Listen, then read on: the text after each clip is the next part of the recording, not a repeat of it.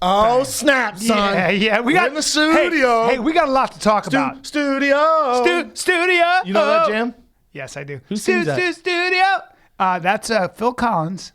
And it wasn't Studio. It was Studio. What it was? It was studio for sure. No, it wasn't studio. It was a weird word. And I remember it. It was studio. Studio. No, it wasn't studio, but it seems like that. It's like, remember that Sharif don't like it. Sharif So, backstab. A lot of people used to think that was shouting for madness. I did. It's Studio. Yeah. It's By studio. the old No, but it's Joe Pollins. It's studio, right? Phil Collins. Yeah. Yeah, it's studio. Obviously Studio? very clear. No, Hey, ST. hey, no, it's English. It's studio. Studio. No, it's no. Stu No, studio. You'll see. You'll see. Can we play it? I'm trying to pull it up right now. Studio. Did you find it? Oh, yeah. It's Susudio. Studio. Yeah. Susudio. It's One weird. word. Studio. But you're Play it. it's Can a you normal play it for me mistake. for a second? Studio. We got a lot to get into. Hey, let's but write a I song gotta called hear this. We Studio. got a ton of important stuff to talk to. Let's jump into a random. Let me Phil hear it Collins though. song. Let me hear it though. Hey man, people are chomping at the bit. Yeah, we'll get there. I gotta hear this jam. I can. Yeah, but kind of just fast forward. terrible, Just huh? fast forward though, huh? Yeah. Oh snap! Lot of horns. This is how we're starting the Lot show. of horns, man. We got a brass section up in this bitch. My mind all the time. Studio.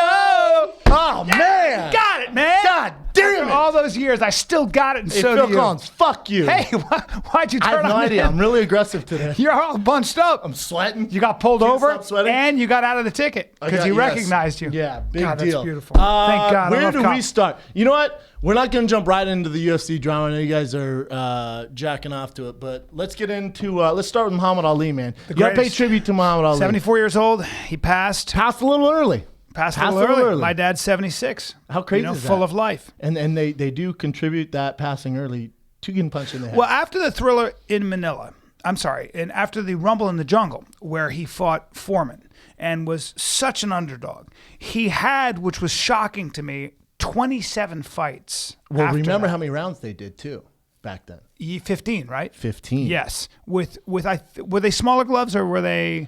I think were they 10-ounce gloves or something 10-ounce crazy? gloves. Yeah. Crazy. And of course, when they would spar, I mean, those wars, and you can see it in When We Were Wars. Kings. Wars. And I don't know if you remember in When We Were Kings, I don't know if you remember who Muhammad Ali's long-term time sparring partner was. Do you remember who he was in the movie? A guy named Larry Holmes. And if you watch him and you watch Larry Holmes hit Ali, you just go, oh man, that sparring partner looks really good. Oh, that's Larry Holmes, one of the great heavyweights. Well, then remember, even just statistically speaking, when he fought George Foreman is considered the hardest hitter of all time. Yes. Period. Yes. Well, Tyson, Ernie Shavers, and George Foreman. No. Fuck Tyson. He's not even top 5. Number 1 by professionals that did the research. Even your boy who. So Foreman comes out on top. Number 1, Yeah. Brian. Yeah. Now, Number 1 hardest hitter in the world. Did you see When We Were Kings?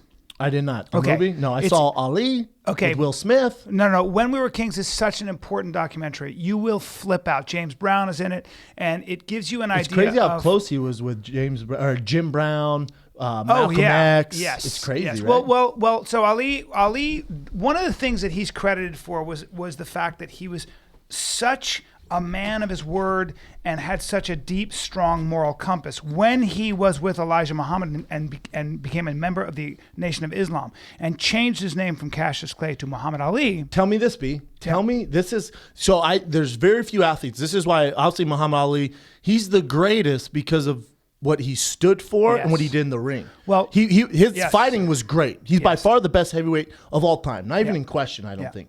But what he did outside the ring. Now, if you can just talk the talk, but you don't walk the walk and do in the ring, he's not as big. He's still great. Now, tell me, name one single athlete. I'd love to hear this. Name one single athlete who in their prime would stand for something and take a 3-year absent Well, in their also, prime. and got put in jail. Name one guy. Not put in jail, but Name- that was go. suspended. Name but one yeah, guy. That's right. Name so one athlete in today's world that for something they believe in would take 3-year layoff, no pay. in the prime of his life, and when he was fighting As big as he gets. as big as he gets, and said, and essentially was famous for saying, the Vietnamese never called me the N-word. yeah. The Vietnamese never redlined me. The Vietnamese never did the things that, my people have gone through. So what do I have against them? I'm not going to fight. Yeah. Well, you have to understand also, keep this in mind. You're talking about a man who was fighting at a time, and let's say, I think that was, when was that? Can you look that up? Was it 1969, 71, 72? 72. When did blacks get the right to vote? You're talking about being a true minority. It was 1964. So you're talking about a man who was putting himself in many ways in physical danger as well. Yes. He was standing for something that was so much bigger. He was taking a moral stand. What year was that? The year that the black people got the right to vote was 1965. Yes, You 1965. said the blacks. Evan said the blacks. But Brian think said about it that. first. Hashtag no racist. Think about how Them blacks, 1962. and in parts of the South there were Evan's white and black separate water fountains, etc. What he was doing is unheard of, Yes, man. and he Unheard took of. such a moral stand at a time when he was truly you felt the prejudice. It was institutionalized. Good-looking guy. Yeah. Spoke well. Best fighter in the world. That's right. What? That's right. What are we talking about? That's right. And what he stood for is insane, Yes, man. yes. The greatest, the best When of all he time. went to Zaire, one of the things that they talk about when we were kings, when he went to Zaire, he looked down and all the lights, when he was landing in Zaire, he said, "You see all those lights? Everywhere you see a light, they know my name." It's crazy, That's how right? famous he was at the time. And Even now, he And might he was be the given a most hero's famous athlete welcome. of all time. yeah, he was given a hero's Might welcome. be number one. Him or Jordan are up there. One or two. Yeah. He's up there, man. Yeah. But I was watching boxing on Saturday night. I caught up on all the fights when we got done with our Spike stuff. We'll get into that. And watched God, I forget the guy's name. It was the best boxing match of the year, HBO. Cecilio and Lopez, I think. I forget. Best boxing match of the year. But after that, Lampley did a who hosts the HBO thing? You know what I'm talking? Is it Lampley? I think it's Jim Lampley. Jim Lampley did his tribute to Muhammad Ali. Dude, I had tears in my eyes. Of course you did. When he started talking about him, and you can see the passion in his eyes, and Roy Jones gave his his experience with Muhammad Ali, and then Max Kellerman did. Then they saved Jim for last. Ooh. Bro, I got choked up. Then I have to watch the Ali movie with Will Smith. Well, you need to read a book by David Remnick called, I believe it's King of the World, and it was about the Ali Sonny Liston fight when Muhammad Ali broke in, when he was Cassius Clay, and when he was such an underdog. He was fighting Sonny Liston. Sonny Liston was the guy who knocked everybody off. Sonny Liston had the hardest punch. Sonny Liston was considered the Tyson of his time. Sonny Liston was this giant man, blah blah blah. And along comes this young kid. I think he was 22 at the time. 22. And what did Ali do? Well, Ali said, look, Sonny had spent time in jail, and Sonny's not afraid of anybody. You know what Sonny is afraid of? He's afraid of crazy. And if you watch that weigh-in, Sonny literally thought Ali was going to bite him in the face. Sonny said, keep him away from me. He looks like he's going to bite me. Ali was making so much noise that his blood pressure was higher than it was after the fight and during the fight. He was creating such a scene. He was trying to get at him. And on top of that, Ali would park his car in front of Sonny Liston's house, at 3 a.m. and started shouting and asking him to come out and fight. So Sonny said, this guy's crazy. You know he pulled a gun on him. Well, he thought he was crazy. Pulled a gun on him. He thought he was crazy. He said, he pulled a gun Ali's not red. Ali is not normal. He's actually crazy. And He was a little crazy. well, he was doing it. Remember, Ali was a master at mind games. And by the time he got in there, the other thing that Sonny Liston realized were two things in the fight. One was Ali was taller and very big. Ali was 220, 225 when he fought. I fought at 210. Well, actually, no. If you look at the way, I looked at the weigh-in Me when too, he fought last night. Nope. When he weighed in for both the Sonny Liston fight and for the Zaire fight with Foreman, he was, I believe, 221. Big guy. Either way, he was hitting so much harder than Sonny Liston expected. He hit and he could take a shot. He fought 12 rounds with a broken jaw. You're Yeah. talking about a guy who fought 12 rounds with a broken jaw when he fought Ken Norton. This is, or it was Frazier. This is a guy who could take a punch. This is a guy who could come back and win. This is a guy who could regroup after losing and beat you again. The famous story with Joe Frazier when he 3 days after the fight and somebody came into his room and Frazier said, "Turn the lights on." And they said, "Champ, the lights are on." He couldn't see because his eyes were so swollen. And he said he hated Ali for saying, "Come on, Gorilla. We all know about the fight. The stuff that I did this weekend. We all know the fight. I didn't do any posts because everyone was doing the lame Ali post. I didn't have anything original, so it drives me nuts. I didn't either. Well, when everyone does that, it kind of makes it weird. I'm like, what? Well, that model at the Spike Guy's Choice Awards. We'll talk about the Spike Awards, but with Ali. What I was reading stories how he talked a guy off the ledge from committing suicide. Someone called him, was like, "Hey man, there's a guy up the street talking, he's gonna jump off, commit suicide." Ali got in his car, drove down there, saved the guy. Was like, "Come hang out with me, man. Come hang out with my family. I want you to meet some people." God. Saved his life. Just a special dude. They were also talking about how big of a ladies' man he was. He was such a beast. He was training at Fifth Street Gym in Miami.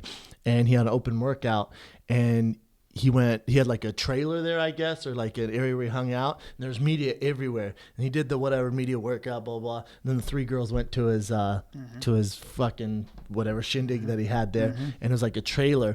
And then 2 leave like maybe half an hour later, and then all the reporters were like, "Well, is he gonna come out?" And the trailer's rocking back and forth. Well, hold up, rocking back and forth. And so then she walks out, and then Muhammad Ali's all his team tells the reporters, no one says shit. If you don't write shit, you will never interview Muhammad Ali again. And the one reporter's like, "Dude, I gotta do something." So his headline was "The King of Kings," and talked about how just big of a ladies' man he was. Yeah. So then a year later, he goes to an open workout, and he says he's kind of like, "Fuck, man, these guys are going to hate me." When Ali comes out, you're like, "My man, you're fucking right, Kings of Kings." He's like, "Great write-up." The guy's all scared. He's like, "You got that right, Kings of Kings." Well, a couple things on that is, one is, we all know what a moral compass he had. He was a man of God and, truly believed he was guided. In fact, talked about how his condition was essentially a reminder that everything that he'd conquered materially meant nothing, and he lived a spiritual life. But he didn't come into that ladies' man stuff until later on. So he had been pretty celibate and pretty just about, if you read some of the books and if you watch When We Were Kings, but especially some of the books like David Remnick's book, a lot of it was interesting because he was such a purist. Like, he only boxed and ate really well, never drank, and all that stuff. And even women, you don't hear a lot about it. It was later. And he got loose. And I think you and I can attest to the fact, and I won't say the name, but I think you and I, and you especially, can attest to the fact that no one really understands what an athlete on that level deals with when it comes to female attention. Am I right? I can't even fathom. You may think I can't even fathom. You and you get a lot of love. I get a lot of love. I mean, I personally, with my own eyes, seen you get real love, we've talked about it, blah blah blah. But when you see a superstar, when you see the most famous man in the world, really you. Yes. Well, better looking than everybody. Go ahead and suck this dick. Better looking than everybody. The best athlete of all time, and Muhammad Ali, and the king. And he also crossed over into pop culture. No. He's the most famous athlete of all time. He's good looking. Your wife. I'm sorry, your wife, your daughter, my wife. They all belong to him. We're all fucked. And by the way, I'm lucky I can grapple because you ain't touching my girl. I keep my mouth shut. No, I'm not choke your big ass out. Really? Oh, I'm gonna choke him out. Can I be honest with you? Out of respect, I keep my mouth shut and I sit in the corner. You wanna go for a ride? What am I gonna say to my wife? What am I gonna say? Hey, honey. I know, I'm talking about a young Muhammad Ali. Honey, no, hey, what about me? Medium white guy. What, you don't like this? Yeah, you'd rather be with that guy, with that giant human panther? With that giant human panther? Looks like a sexy frappuccino. I'll fuck him. What are you talking about? Yeah. Videotape. I'd watch him fuck your wife. Take some pictures. Hey, man. I thought we were in this I didn't invite you in the fucking room. Well, no, we're not in this. When did I say I thought we were going to watch your wife get railed by No, and I never said that, bro. I didn't say that's what it sounded like. This is not we. I'm talking about me and my wife. It's a private. But I can beat him up. This is a private affair between me and my wife, motherfucker. But no, I'm in because you're like, hey, Muhammad Ali's coming over tonight. I never said that. There. No, you're not coming over. You don't just get to be Peep and Tom sitting there. Film it for me? What's with the big guy in the cauliflower ears and why isn't he wearing pants? You'll film it for me? If he allows it, yes. All right. but I don't know if I can show it to you. It's the mother of my children. I know, man, but let me just... Hey, listen. Let me get my peepers in there. Hey. Let me get my peepers All right, listen. It's the greatest of all time. Listen to me. If you want your peepers in there, this is the mother of my children. I know. I get that. Me and Amanda are cool, though.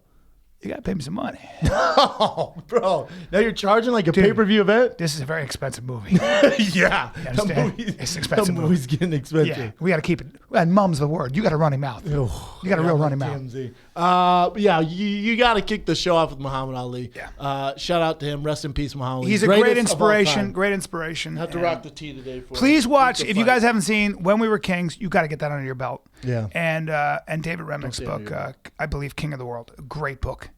Amazing, man. Yeah. UFC 199. Did you check it out? We're at the Spike Awards, so I missed it live. Right when I came home, I turned it on, and it was the main event. Bisping and Rockhold walking out. I'm like, all right, I'll check the main event, and then I'll work my way back. Wow. I woke my kid up. I woke my baby up, who, he's a heavy sleeper. Yeah. When a kid goes to sleep, you don't wake that little sucker up, especially my little monster. That's right. I jumped out going, oh, shit. Oh my God. I couldn't fathom it. Yeah. You're talking about Bisping, who just a year ago, got dismantled by Rockhold. Just dismantled. Rockhold, you got to talk.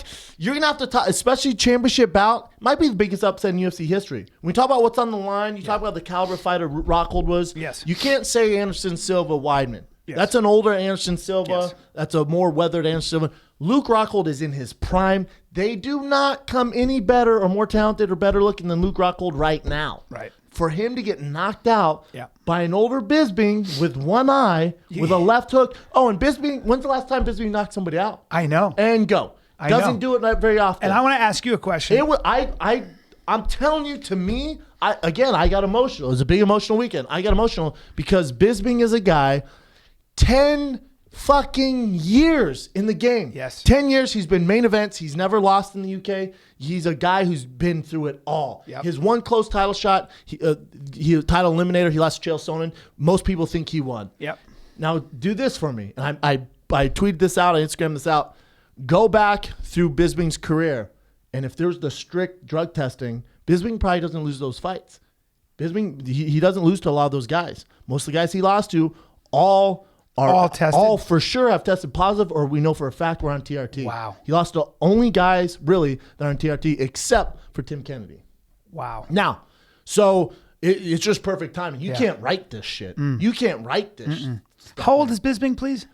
He's 37, I believe. He's God 37, damn, but he has what a a sweet victory. ton of fights. He has a ton of fights. Dude, we were watching with him. We were watching Bisping's fights when he was 14 and 15. He was having fist fights. I mean, you can look it up on YouTube. Yeah, he would do kickboxing. He's been fighting since he was that age. He's been fighting forever. But you're talking about a guy, man, where the UFC was never going to give that guy a title shot. He just beat Anderson Silva, an older Anderson Silva.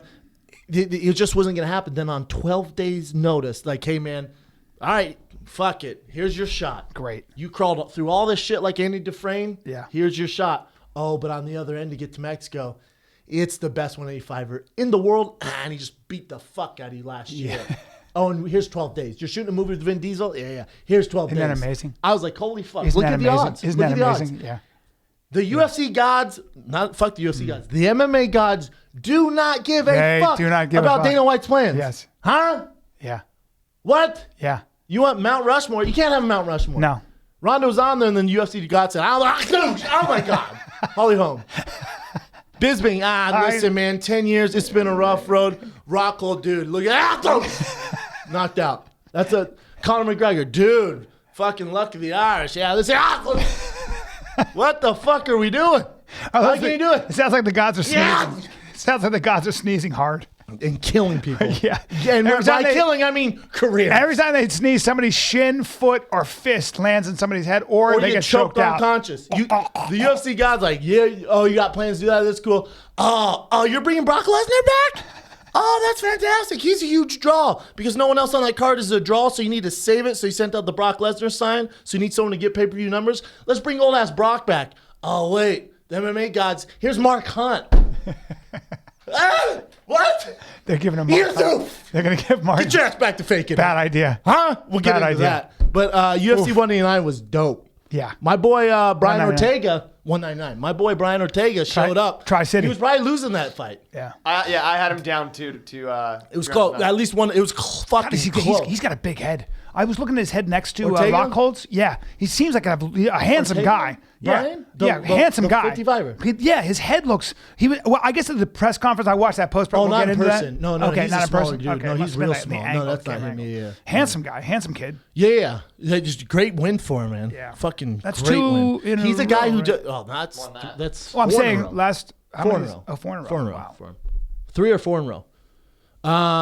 Might be 3. Either way, he's on a win streak. Yeah. But he's a guy who he loses, and then just pulls it out. He's fun to watch, man. Yeah. He's giving me trouble. Now, can I ask you? Let's get back to the Bisping Rockhold fight. What do you do with these two now? Well, no. So I wanted to ask you because what I noticed with Rockhold was that he was kind of doing that Philly shell, that cross guard that only one guy in the world does well, which is it's not Floyd even the Mayweather. Philly shell. Like, I love when guys lose, everyone critiques a guy's style. His style is amazing. He can keep doing his style. He's been, But wasn't he coming he's been close the with his best in the hands world at doing down, it. though? No, he just didn't respect Bisping at all. Okay, but that's So what he I mean. just wasn't. He always fights like Right. that, but he just had no respect. Zero respect. When you have zero respect, you're not aware of the shots. You're not aware of angles. Right. You're not aware of certain punches. So he's literally like, he can't do anything. You know how dangerous that is? with Bisping. Well, I'm with Rockhold on this. Bisping's not a knockout artist, so you're not really going to respect his punching power. But he was literally it was- walking up to him with his arms No down. respect. Yeah, it was unbelievable. But And then Rockhold's kinda- not a guy who fights with his arms up. He's never been that guy. But he keeps more distance because he does that. He kicks and stuff. Again, no Yeah, respect. Right. No, how nuts is that? Well- But like that again, the MMA guys go, I don't give a fuck how good looking, famous you are. You're gonna eat a left hook to the grills. Yeah. And fish and chips. Why did because when I watched that post-fight press conference, Luke started like this. He started going, I've said he's dangerous. I've always said he's dangerous, and I was trying some new stuff. Jab, it was working in camp, and you got to, I was moving a little too quickly with it, and and then somebody goes, well, was it tough to lose to Michael Bisping? And he goes, yeah, what a piece of fucking shit, this guy. And he just went bad on him so hard, so quickly. Was that because Bisping was kind of gloating at the end of it or something? Or I think so, but Luke asked for it. It's a fight, man. It's a fight. So they both talk shit, and then Luke basically was just discrediting him, and he beat him before. So the thing about Bisping, he's very he's a polarizing fighter because people either fucking love that guy or they hate him. There's no in between. That's what you want, by the way. You need one or the other. You need both. Well, I think after the fight, no one's just one. You Yeah. know, as if everyone hates you, you're doing something wrong. But he's a guy who talks all this shit, and then listen, man. What did he say to Luke deserved it. at the end of the fight? He said something like, "What just happened?" Or "Who are you again? Who are you?" Something like that. That's what pissed off Luke. Like he was kind of gloating after knocking him out, which is a little uncool. Not really. I mean, Luke does it. The guys do it. It's fighting. What do you mean? What do you mean? Well, like uncool? Luke said, I helped you up off the canvas and told you good job. After You he choked him out. Yeah, you jumped around and said, "Who are you again?" And we're taunting him, I think, and that's what really pissed Luke off. Look, I don't know, man. It's drama. It's gives a drama, but it's fuck? fun to watch when they're that angry at each other. And then you hear 'Cause I what believe Rockhold that. said to him? He was, "I'm gonna fucking kill you." Yes. Hey, man. Yeah. Easy. And then Bisping goes, He dropped the F-bomb. He goes, you gotta take 6 months days? off. You gotta take 6 months off. So just relax. Take a timeout. He was so angry. Rockhold was Dude, so he'll get under your skin so bad. Oh, my God. Bisping's a great shit talker. Me and that guy have worked a lot together. That dude has a mouthpiece on Ooh, he's him. from He England. dropped an F-bomb, though, which is a little tough. He called him a Call him a faggot. Oh, he did? Yeah. He said, "You're not gonna do shit, faggot." Who said When's the that? last time you heard a faggot? Bisping said that. Faggot, we should take the word faggot and take it away from making fun of gay people, and maybe it should be used for people who are weak, but it's still got violent connotations, That's exactly what it means, Brian. Yeah. Yeah.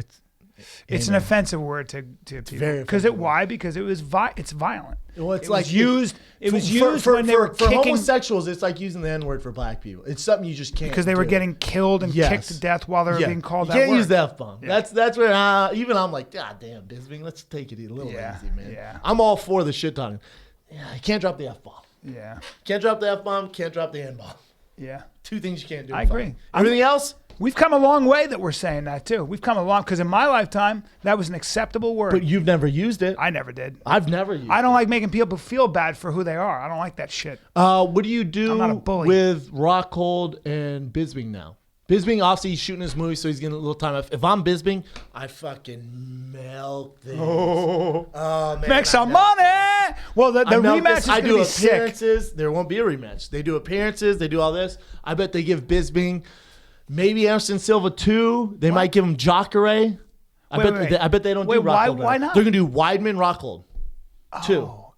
That's what I think. Or maybe they go Weidman Bisping. No, you got to give Rockhold's chomping the bit. It doesn't work like that, Brian. No?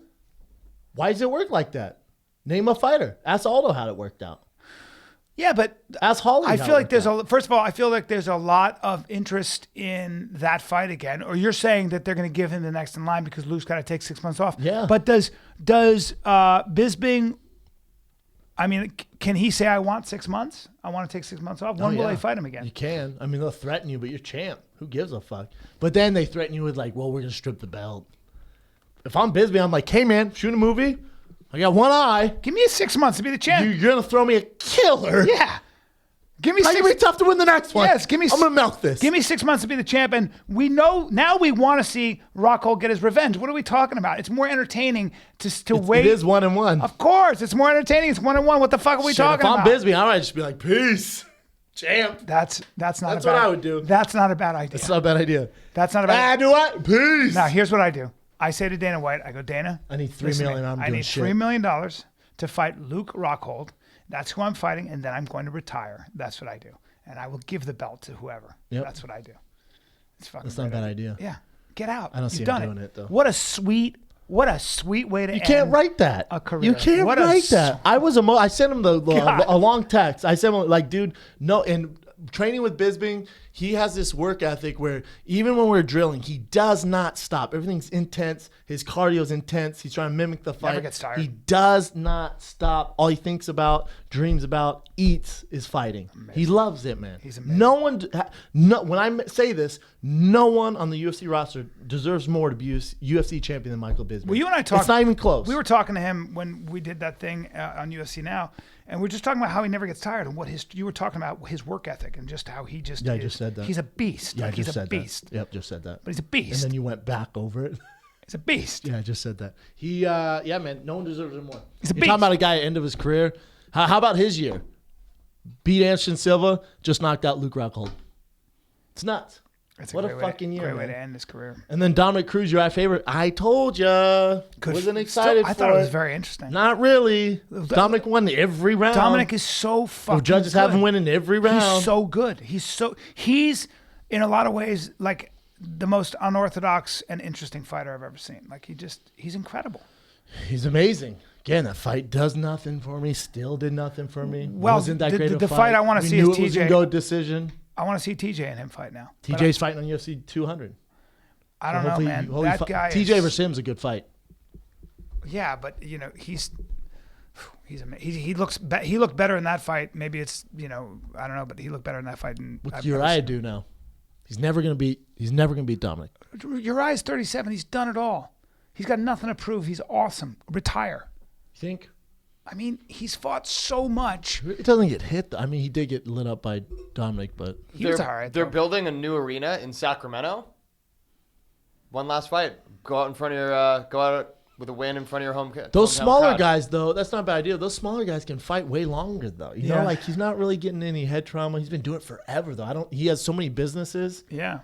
It depends. If the only reason to fight is to be UFC champion, probably time to retire. Yeah. If he's fighting because he loves the competition and he's still second best in the world. Yeah. But he still can beat anyone in the top 5 besides Dominic. And TJ would give him a hard time. But I mean, who knows? We've never seen him fight. They've trained together. I've heard about when they train together. But again, you can't say that. They've never fought. But he's still competitive. Oh, yeah. He can still beat anyone in the top 5. So say he retires, it's hilarious to me. I don't know if he should retire.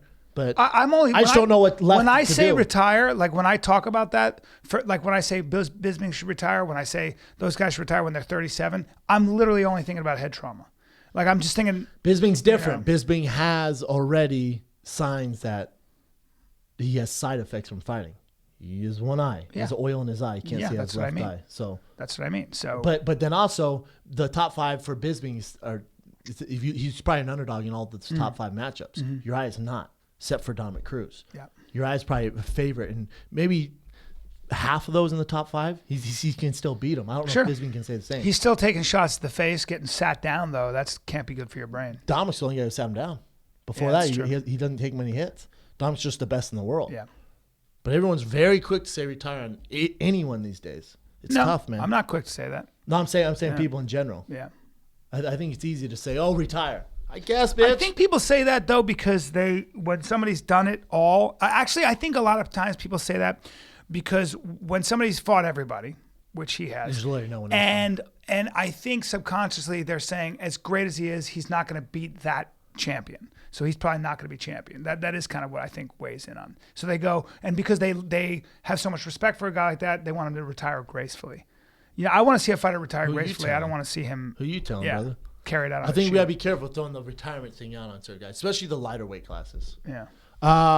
For Dominic, for DJ too, I don't get why they don't do DJ Dominic. Super fight. DJ Dominic. Oh, yeah.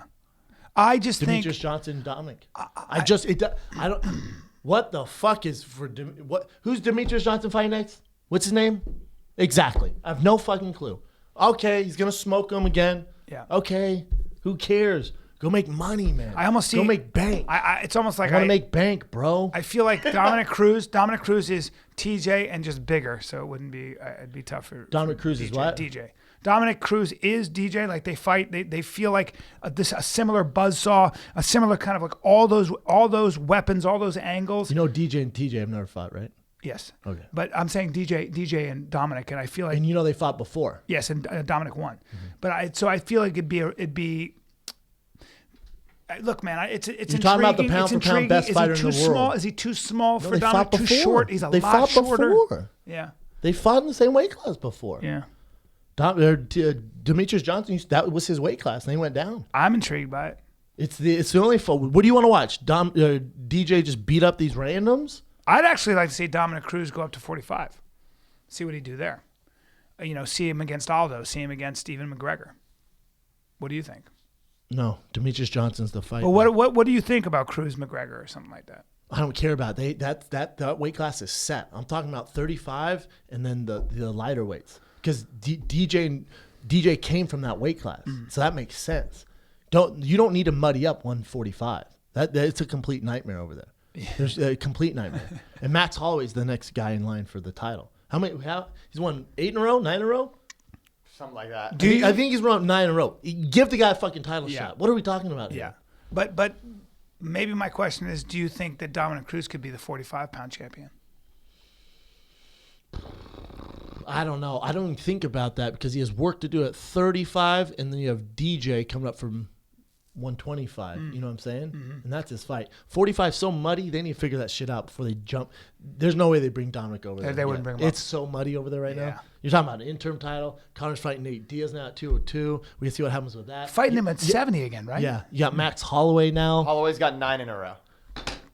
9 in a row. His last loss was Conor McGregor in decision? Correct. It's unbelievable. Jesus Christ. What do you got to do for a title shot these days? Unbelievable. It's because it's the Conor Ricardo fight. Lamas, Jeremy Stevens, Cub Swanson, Charles Oliveira, Cole Miller. Holy balls. God damn. Holy balls. If I'm his management, I go, we are not taking a single fight unless it's a fucking title shot. So UFC 200, the winner of that, we have to fight. We've won 9 in a row. Look at Murderer's Row here. Check out all these guys we fucking dismantled. He dismantles people. He might be the best guy at 45 right now. He's a fucking nightmare to deal with. Mm-hmm. Nightmare. Give him a title shot. Yeah. Holy fuck. Give him his UFC Hawaii, too. I want to see that. God. I want to see a luau weigh-ins. That'd be dope. 9 in a row. Crazy. Fuck you. That's insane. It's insane. And then were you at UFC 199, Ev? I was. How about that fucking the last 10 or 12 seconds of Holloway Lamas when he points at the ground and goes, "We're not moving from this spot. We're just gonna slug it out, see who's man enough for it." That was incredible. Just gangster. That was one of the most gangster things I've ever seen, and that both of them stuck by it. That was amazing. That was one of the most memorable things. Holloway's the future, man. He does it all. He's the future. 9 in a row, and he's beat the who's who. That's insane. He hasn't got a title shot. Oh, my God. That's the Conor effect. Because since Conor left, they really didn't know what to do. Aldo deserves a shot. You got Frankie just knocked out Chad Mendez. They'll probably give fucking Max Holloway Chad Mendez or some shit, so he's winning 10 in a row now. Fuck. His management needs to just take a stand, draw a line in the sand. Like, we're not doing shit. I feel like managers They have no won't, though. power though. When They there's do. One player in the They game. do, but everyone's so scared. Everyone's so scared. Yeah. So scared. Not as scared as Ariel? Well, you want to go on that right now? I'm just asking a question. Evan, you were at 199, right? Yeah. There's some shenanigans backstage. Obviously, we'll get into the aerial talk right now, but Diaz got in a fight. Yeah, it looks like this. No. Yeah, it looked like Nate Diaz got into an altercation with what I'm hearing was that it was with Jason Guida, Clay Guida's older brother.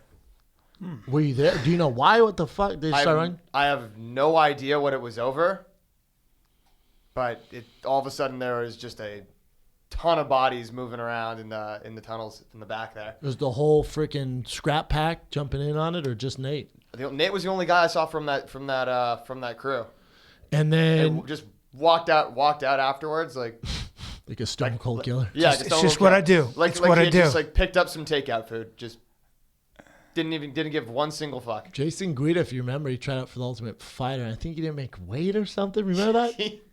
He lost. He really didn't make He weight. fucked up. Yeah, if he was on my Ultimate memory Fighter. serves me right, he missed weight by like 15, like some laughable amount. Really man. unprofessional. Yeah, Really really unprofessional. bad. He fought Sir, on a lower you're level. 15 pounds overweight. Oh, it was like 15 or 20. It's hilarious. My On memory the- may be off, but that's how I remember. It was going hilarious. down. I remember he missed it. It was like his golden opportunity. He missed it. Bigger guy. You know, Clay Guida's a stud. Yeah. I think he fought light heavyweight. He's a big dude. Yeah. Like, Yeah, his not brother's like much bigger than him. Not like Arnold Schwarzenegger big. Like Adele big. Yeah. Don't get twisted. I want to make sure a very clear Like line here. Adele big. And I love Adele. I hate. Hey, man, I'm we not get body it. shaming. We get it. Okay. But I'm not body shaming. how about Ariel Helwani, man? Everyone wants to everyone wants our take on this. So, for those of you that live under a rock, or maybe you were flying, or who knows what you're doing, but you missed it. So, Ariel Helwani reported before the UFC that Brock Lesnar was returning at UFC 200. His sources got to him before the UFC could release it. And so he released it on his timeline with MMA Fighting. He's an his independent account. journalist. Yeah, he doesn't work for the UFC. He Right. doesn't work for Fox. Most say that's good reporting. I don't know. So he releases that, and then I listened to Ariel talk this morning on Dan Patrick. Then two people from PR, Ariel sitting down, he's cage side, reporting for the Fights Live. It's the main event, and they go, Ariel, Dana wants to talk to you in the back. And Ariel's like, it's the main event. Can I talk to him after? And then they're like, oh, okay. So someone leaves. Now two guys come back. Like, Dana really needs to see you in the back. And he's like, all right, well, I'm bringing my camera guy with me because he didn't want to go alone. Maybe he thought he was going to get murked like Goodfellas or some shit like that. So he goes back and he says, Dana's like, beat red. And it's like, Lorenzo fucking hates you. All you do is report negative news. You're banned for life. Get the fuck out of here. And they escorted Ariel out. So he's banned for life. He said, go fucking report Bellator or something like that from now on. Good luck with that. But as far as the UFC, you're done. He said, Lorenzo hates you. How is it? I'm surprised that he's. What is the legal justification? Can you can throw somebody out of an event that you're promoting? Of your own event? Yeah. It's privately owned, yeah. So you can. And you can strip him of his media. But wouldn't if that- he bought a ticket, it's different. Right. He's there with media credentials for Right. the UFC. Yes. So they give media those credentials. Okay. Now they can take So those they away. give you your He did not credentials. purchase a ticket. Now Ariel can still go to the event if he purchases a ticket. Right, He because can't he's- report because- from the media because- scrum. The only thing about that also is that I wonder whether or not when the UFC gives you a media pass, whether there are censorship stipulations, because I don't think there are. So No, in other you words, can't have- so you They do them based off good merit, like, you're good with this. There you Okay, go, dude. but then- and then he reported live and they said, fuck that. We've had enough of this. But then if you're kicking someone out based on something that actually isn't a broken rule, it just pissed you off. That's interesting. That's an interesting legal quagmire. What Yeah. what legal? What are you gonna assume that it's the boys' club? It's a Yeah. good old boys' club. Yeah. So you and I own the Fighting the Kid. There's someone sitting right here talking shit, and you go, you know what? You're banned for life from the studio. Get out of here. We're not breaking any laws. I own this. Yeah. We own this. Yeah. This is our event. Yeah. See ya. It's So- like having a restaurant or something. We're So not yes, gonna serve exactly. Yeah, We you can revoke. You refuse can service revoke to those. anyone. You can revoke those at any time. This is It's the a privilege, not a this right. is the thing. Whether you hate Ariel, whether you disagree with him, whatever you think of his work, take all that out of it. This is the issue. Now you're censoring what the media is going to say about the UFC. You're only having people report positive things on the UFC, which isn't real. That's not the real world. It's also not going to work. But it is working. And this is why it's working, because the MMA's, it's not a big enough sport with these other outlets like the Dan Patrick show or Colin here, the Herd, all that. Those guys aren't reporting on this. They don't give a fuck. The sport's not big enough. Yeah. So when you censor the media outlets and they only report good stuff, it helps shows like us, because we should just rename this show The Real Take with Brendan Bryan, because everyone else is getting honey-dicked. Yeah. Because Ariel, for a long time, had to censor everything. Everything was positive towards the UFC, all that stuff. Right. Because they were paying his bills. Right. They don't pay our bills. They have nothing to do with us. Right. I can say whatever the fuck I want. There's no repercussions. You cannot shut us down. So for Ariel, and if I'm Ariel, I haven't heard him on his show, MMA Fighting. I heard it's very heartfelt, and he says, this was his life, blah, blah, blah. It sucks you can't go to events. It's not that big of a deal. Who gives a fuck? This is what you do, Ariel. You get a pen and a paper out. This is what you do. You're one of the only guys who have access to every fighter on the roster. Everyone respects you. You have all the access. He has all the insider info. That's how he gets all this shit, right? Yeah. That's how he gets breaking news. Mm-hmm. What you do is forget about those interviews at the arena where it's, great fight tonight. How'd you feel? What's next? We've seen that shit. I can watch UFC Tonight. Every reporter who has a brain can do that. You're different. You have skills. What you do is on Monday morning, you call it the morning after pill, or you call it the hangover with Ariel Helwani, and you get the top fighters who won and come on your show. Problem with that is this. Dana White tells his fighters, you're not allowed to talk to Ariel Helwani. He won't do that. How do you know? The UFC publicist won't line up interviews with Ariel Helwani. Ariel has his own private connections, just like we do. I have a feeling that if Dana puts out one memo, which is, hey, you guys, any of you talk to Ariel Helwani and you're going to pay for it, or you're going to get cut, nobody's talking to Ariel Helwani. So he does. Yeah, he runs it like North Korea. However, let's say he doesn't. Yeah. Let's say he just banned whatever, go do your thing. I don't think he's that vindictive. He probably is. If you're Ariel, you can take advantage of this because now everyone's on your side. Yeah. You just got bullied like I've never seen before. That's what we're talking about. You just got kicked out of the club for nothing, for doing your job. Yeah. So now, again, it puts more light on Dana. It's like that movie Spotlight or whatever the fuck it is. It just puts more light. Like, God damn. Yeah, man. There's a reason people speak out. There's a reason why people are like, what the fuck is going on here? And for Ariel, he can take advantage of it because everyone's on his side. You do the morning after show. You call it the morning after pill. You call it rehab or recovering with Ariel Helwani, whatever. And you get the top guys and you get into some deep shit, man. Mm-hmm. That's your show. There you go. Fuck being at the fights and doing the normal. What's next? How'd you feel? Right. That's lame. Right. Anyone can do that. Right. It's not that big of a deal. I don't get why it's that big of a deal to him.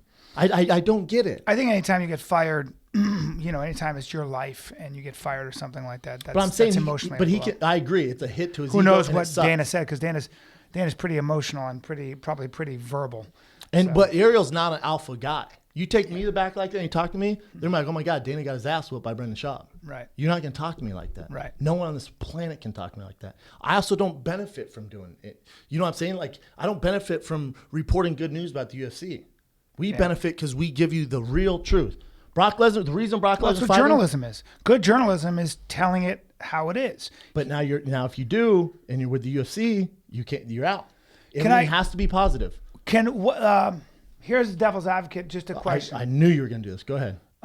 Is there? I knew he was going to was this Brock Lesnar thing? It was big news.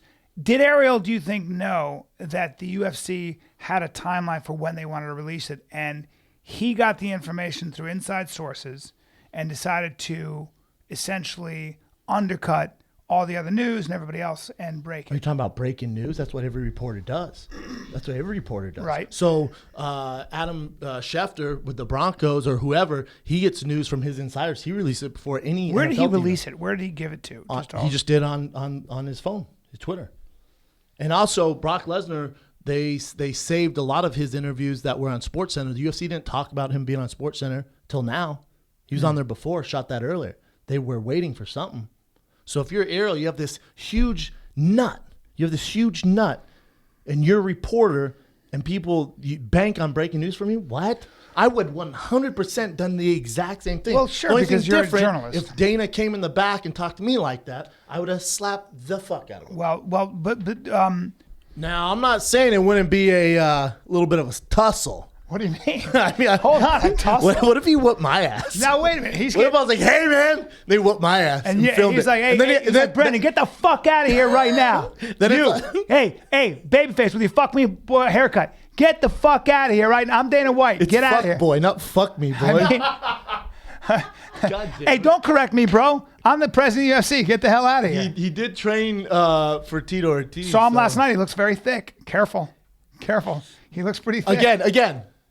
Not Arnold Schwarzenegger thick. No. Adele thick.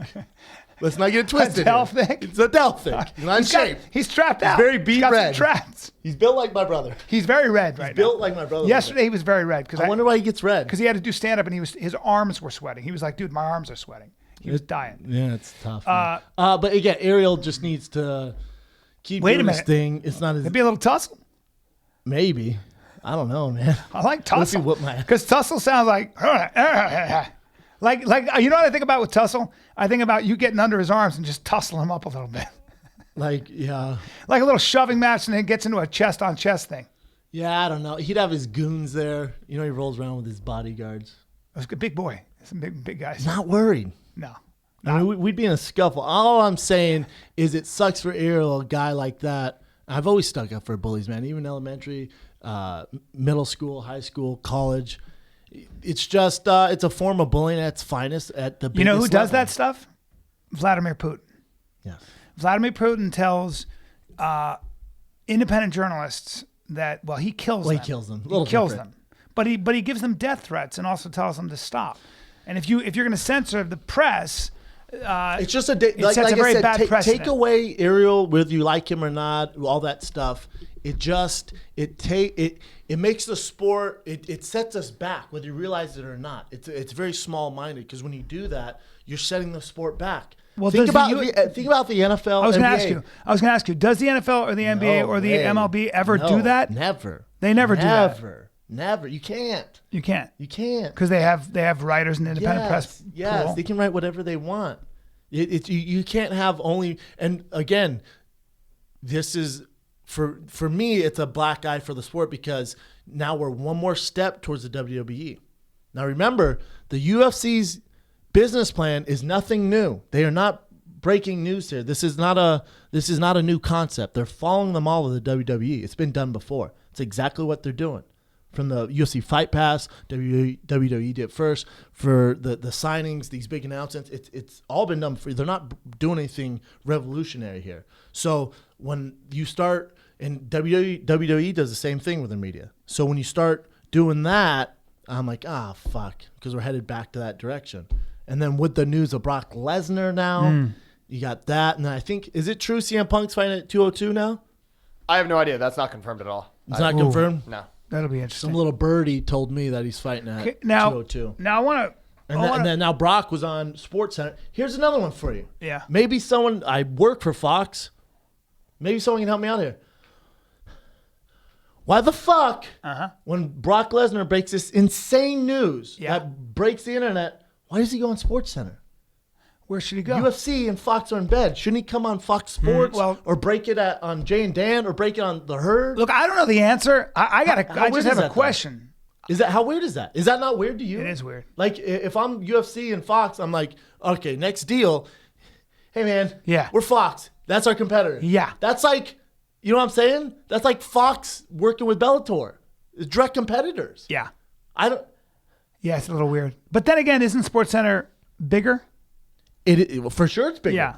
If you're Fox, why do you sign with UFC? You know what happens though? You know what happens? I can speak for that because when you have something, your publicist puts you on those. Your publicist kind of goes, "Hey, you got something on SportsCenter, you got something on all that." No. It's big. You're talking about breaking a major story, which you control. Yeah. Now ESPN has a way bigger reach. I get that. They have 30 gajillion followers. It's a way bigger network. I love ESPN. Yeah. Love ESPN. I worked for SportsCenter. I love ESPN. Yeah. I get that. They're way bigger. From a business mind, though, if I'm going over the contract, I'm Fox, and I'm working with UFC, I'm like, okay, man, this new deal, you got to break news with us. Yeah. That's kind of why we work with you. Yeah. Not just for the fucking fight nights. From now on, if Brock Lesnar, Ronda, Conor, all the breaking news, we get to do it on our biggest show, The Herd.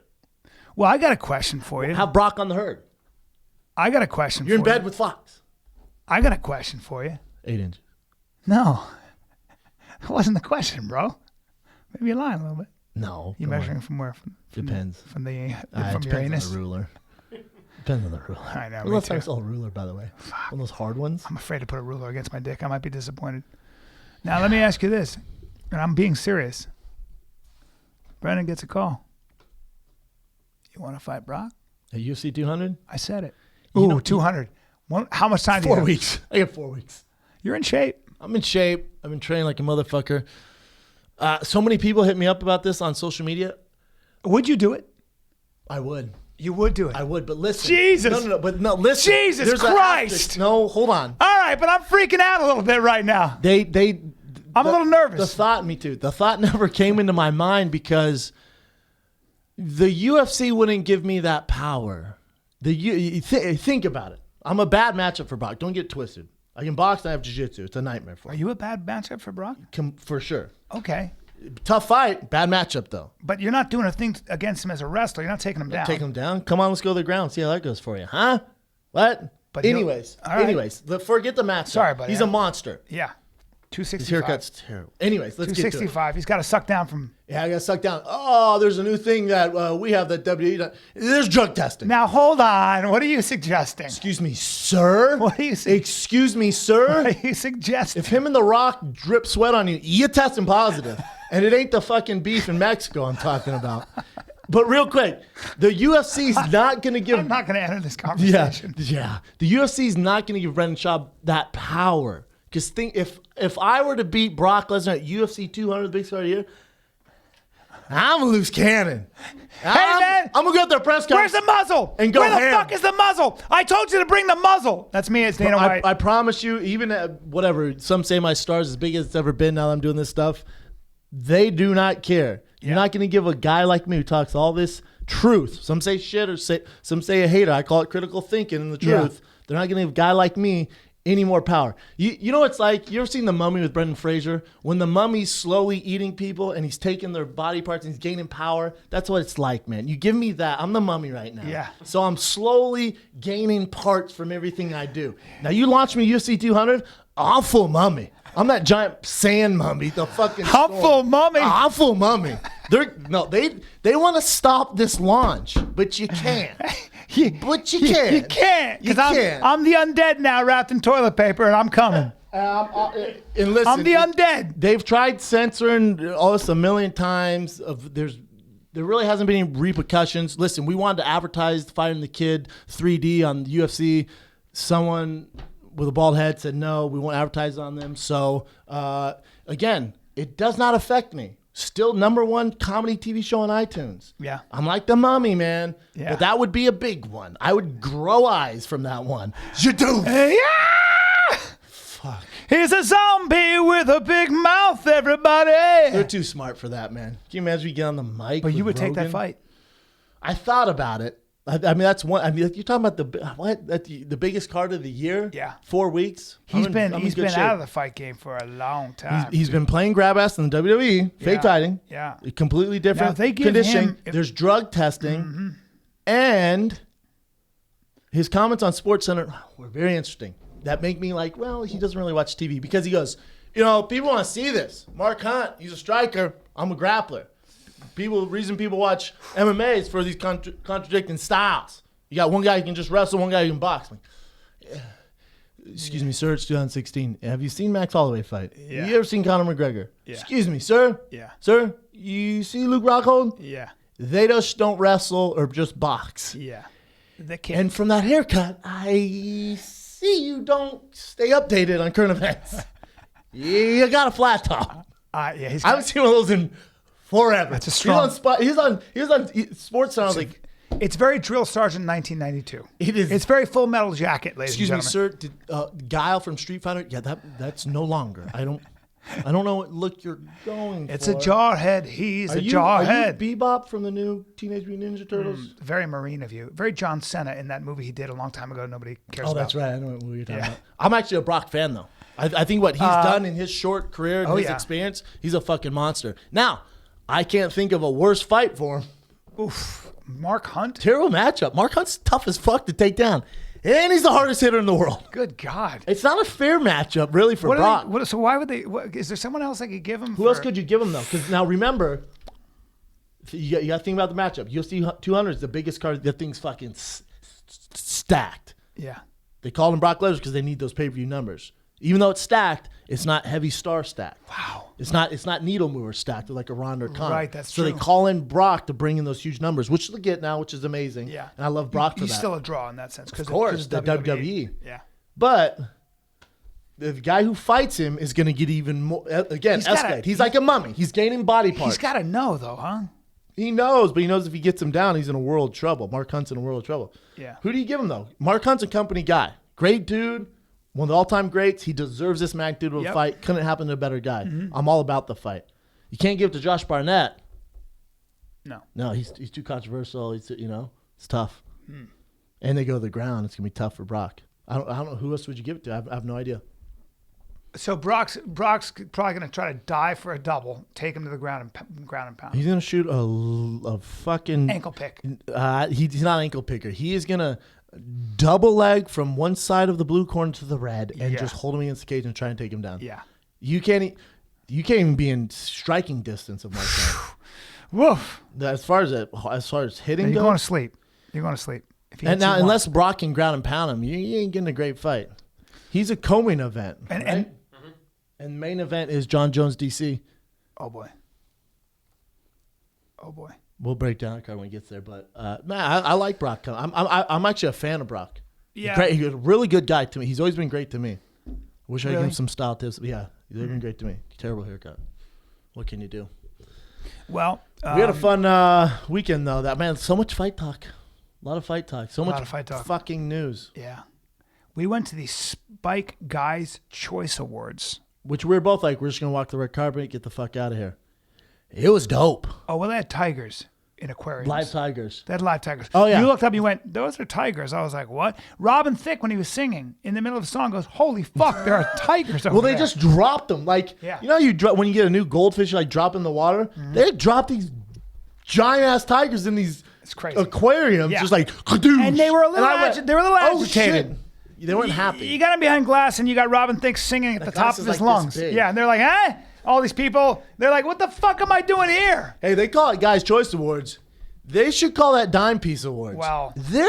Yeah, Those dancers. there was females littered. Yeah. Those seats were, as Cal would say, spotted with dime pieces. I mean, Spotted. I mean, yeah, the area was spotted. They hired them. By the way, those dancers were so ridiculously pretty and they talented. could dance. Oh God, I was like, what? You left early because you had to go to dinner. Yeah. I was thinking about leaving early, and I was like, this is really cool. Well, you and got then to hang with some people. some heavy hitters. It was cool though, man. I had a great time. We met the military guys who we're gonna set up a thing where Bryan and I are gonna experience. I have his number. I have his card. Some military. I said, shit. I looked at him. I go, look at me. We're going to do this. We're going to do some Firing the kid, simulated fighting. Firing the kid, go full military on that ass. Serious laser tag. Yeah, he's gonna let us ride the tank and shit. He says he's gonna pick us up in a helicopter. Well, in a chopper. He was telling me about. Come on, do it. He was telling me about his tank where it weighs 160,000 pounds. Take that in. Let me stop. Let me pause. The tank weighs 160,000 pounds. That's telling how fast It's got an engine. It's got a 2,100 horsepower engine, jet engine. It goes 75 miles an hour. How are you gonna That's stop that thing? 160,000. Now let's go through the bullets it shoots. One bullet goes, ready, hold, ready, 1 mile per second. Yeah, 1 damn. mile per second. It's kinetic. I guess that velocity will go through kind of Oh, everything. we safe here on America's soil. Yeah. When You he told me that, I went, how many got these? We have hundreds. Oh yeah. Ah, we good. Then they got that scatter gun where it's a BB. It shoots BBs. Like and a it's- shotgun, he said. Yeah, Like a shotgun it'll just- spray, but on yeah, steroids. Yeah, it's for personnel. You know, when you guys are all grouped up in your formation, like you were told, you're all grouped up and marching toward us. Go ahead and march towards us. Hey, like, get- this ain't the Civil War. Gadoosh. Yeah, Everyone's and then they got that cannon. Then they got that Are cannon. you talking about the old cannon? That's a bunker buster. That'll go right through. bunker buster. Yeah, you down in They'll the go bunker. and take a ship out. Yeah, but I'm 20 feet underground. Boom. Yeah, all right. Get the dish. They were cool though. I'll tell you what, they call it the Guys' Choice Awards. I had to zone out, man. It was some guy talk. We were around fighters. Then these military guys, my back seized up from it. It did. And then I didn't eat all day. I was working out, whatever. I wasn't hungry. I didn't eat before this thing. Then we get there. These bitches served us fancy Hot Pockets. They sure did. It was a Hot Pocket. Not bad, though. It wasn't bad. Steak. It wasn't bad. I just ate the steak from the middle. I would take just the steak out of the middle. Yes. Yeah, Brennan has been a Nazi about his diet. I'm impressed. I'm lightheaded. Because you were so hungry. He hadn't eaten all day. And they were giving tiny little hors d'oeuvres, tiny little crackers with like meat and stuff. And Brennan looked at it and he goes, I can't eat that. I go, it's a tiny fucking crack. It's literally the size of like a dime. It's a dime-sized cracker. Eat it right now. Nah, I can't do it. I got some keto kids I can't let down. That's what it is, huh? Oh, yeah. I feel responsible now. You do? I was at, we got to go there. This Soul Mexican restaurant in Playa Vista. I heard. Have you been there, Kay? It shits on Javier's. It's the best Mexican of all time. You stopped me and made me like look you in the eye. You have to acknowledge it. It's the best Mexican food. Anyways, I was there and I was eating. They have like a fillet. I just get a side of guacamole and the fillet on a bed of spinach there, and then I put like salsa or whatever their hot sauce on it. I don't have any carbs, but then these fans walked over like keto kid, and I saw them look what I was eating. Now, can you imagine if I was balls deep in a churro or some shit, or if I had a taco? I know. That's the problem. I had one cheat meal there at it's called a Vampiro taco. What? A Vampiro. This taco It's a Vampiro? will knock your fucking anus in the dirt. I was like, the guy goes, the Vampiro taco. He's Mexican. He goes, the Vampiro taco is the best here. Can we go get it after this podcast? Well, I can't eat it, but you can. Yeah. Ah, shit. Well, I can have the filet again. Anyways, I'm telling you, Kay, you got to go there. This place is life-changing. It's ridiculous. Anyways, I was there. Fans saw me. They want pictures. And I was like, thank God. I told my girl, thank God I wasn't eating, because they were like, oh, this is some bullshit. This is what happens. But the Guys' Choice Awards, man, I'd definitely go back. A lot of testosterone. I had a good time. Your back was hurting. My back was hurting. You had to leave early. I was planning to leave early, dude. But then Kobe Bryant came out. Kendrick Lamar was there. He's tiny, by the way. He is tiny. No, Kendrick Lamar just gave an award for Kobe Bryant. Robin Thicke performed. And then so did some other people. I forget their name. But then Zac Efron was there. Dime piece. Not a tall guy, though. Not a big dude. Dressed well. Dime piece. He's cute. I was jealous of his hair. And talented. I'm trying to grow Can mine sing. out. His is longer than mine. Yeah. He's a dime piece. Yeah. He was there. Robert De Niro, Joe Pesci, your heroes. When you left, they came up. Damn it. When you left, they came in the seats next to us. What? You fucked up. What? Your hero, Robert De Niro, right next to me. God damn it. I went like this. Hey, Robbie. Roberto! You know what the thing is, though? You know the funniest part of the night? Who is the hot Victoria's Secret model? Go-Go or Gigi? Gigi got up there. She got Hadid, that's an Arabic name. Gigi. She got the award for your girlfriend next door, like hottest girlfriend of the year, or whatever. Yeah. She gets up there, and you can tell she's nervous. I'm sure they're gonna edit this out. Yeah. I was laughing so hard, and it's fucked up. I couldn't hold it in. I was laughing at Bryan because she goes. You could tell she was nervous. She goes, I got up and I thought I was just winging it. Thought it was gonna be easy, but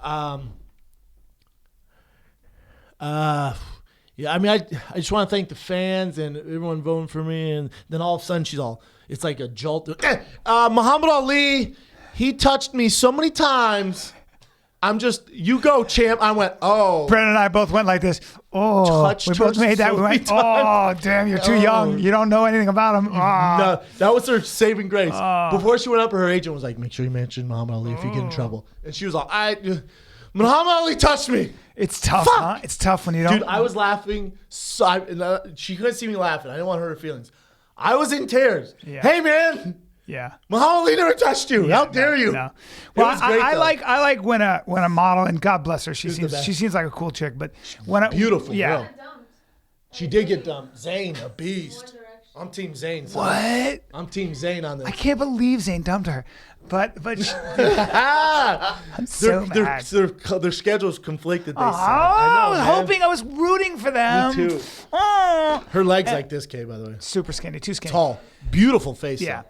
But I just get a kick out of when models Taylor like Swift. that say things like, and I just want to thank Spike for like actually, really acknowledging me for more than just my looks.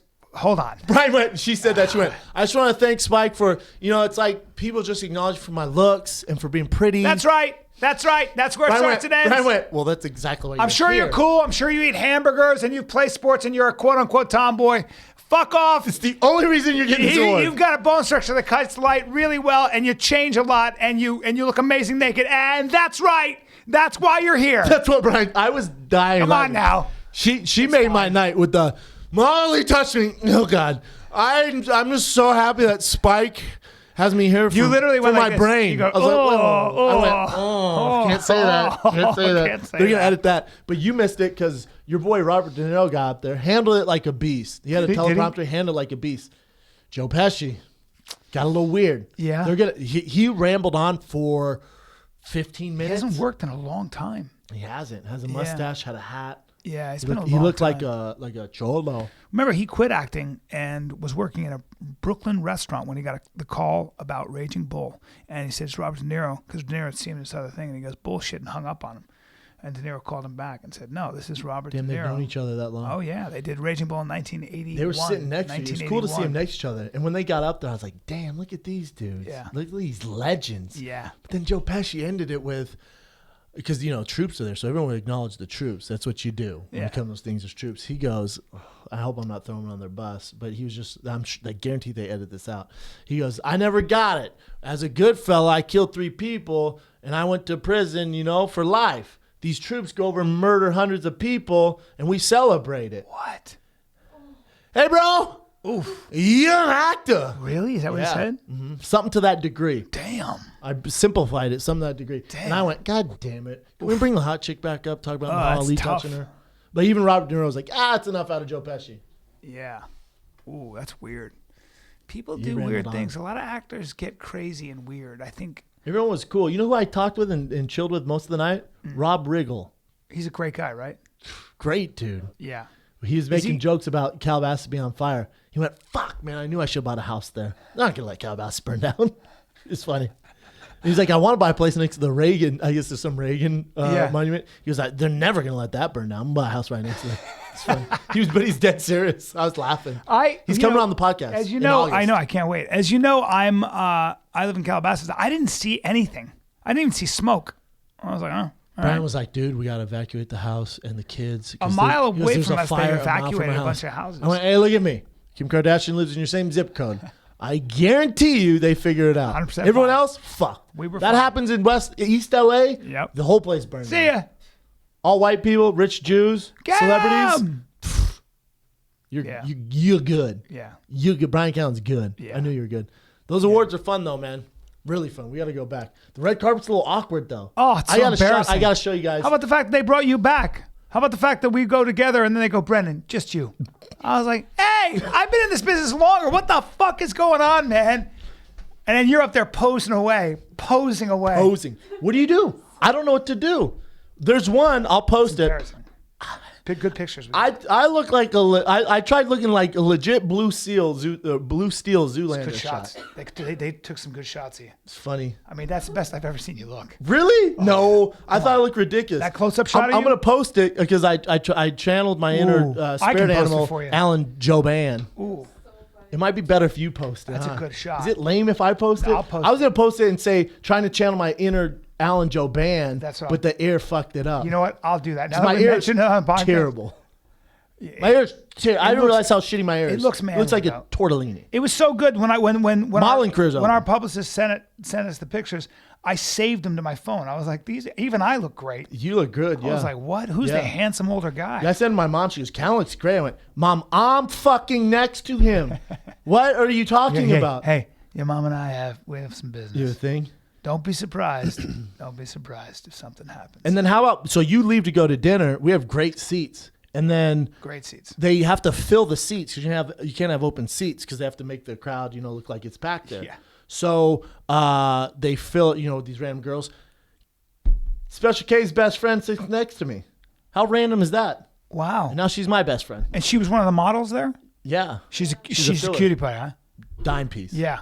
Boom, boom, pow, Yeah, pow I got a piece. picture. Wow. They took a selfie together and they both sent it to me. I was laughing so hard. Get out of here. They both love each other. Like, Yes. We connected. Brendan was right texting away. me about it, and then she called me and was just telling me all about their combo. Would you say raving? Yes.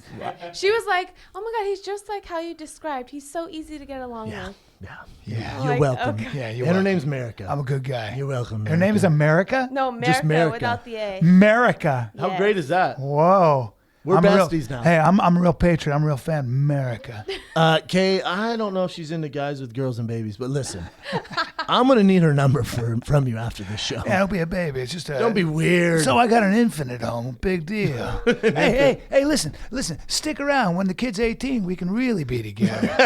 All it needs. Stick around for 18 years. I just need 18 years. Be the other girl. Yeah.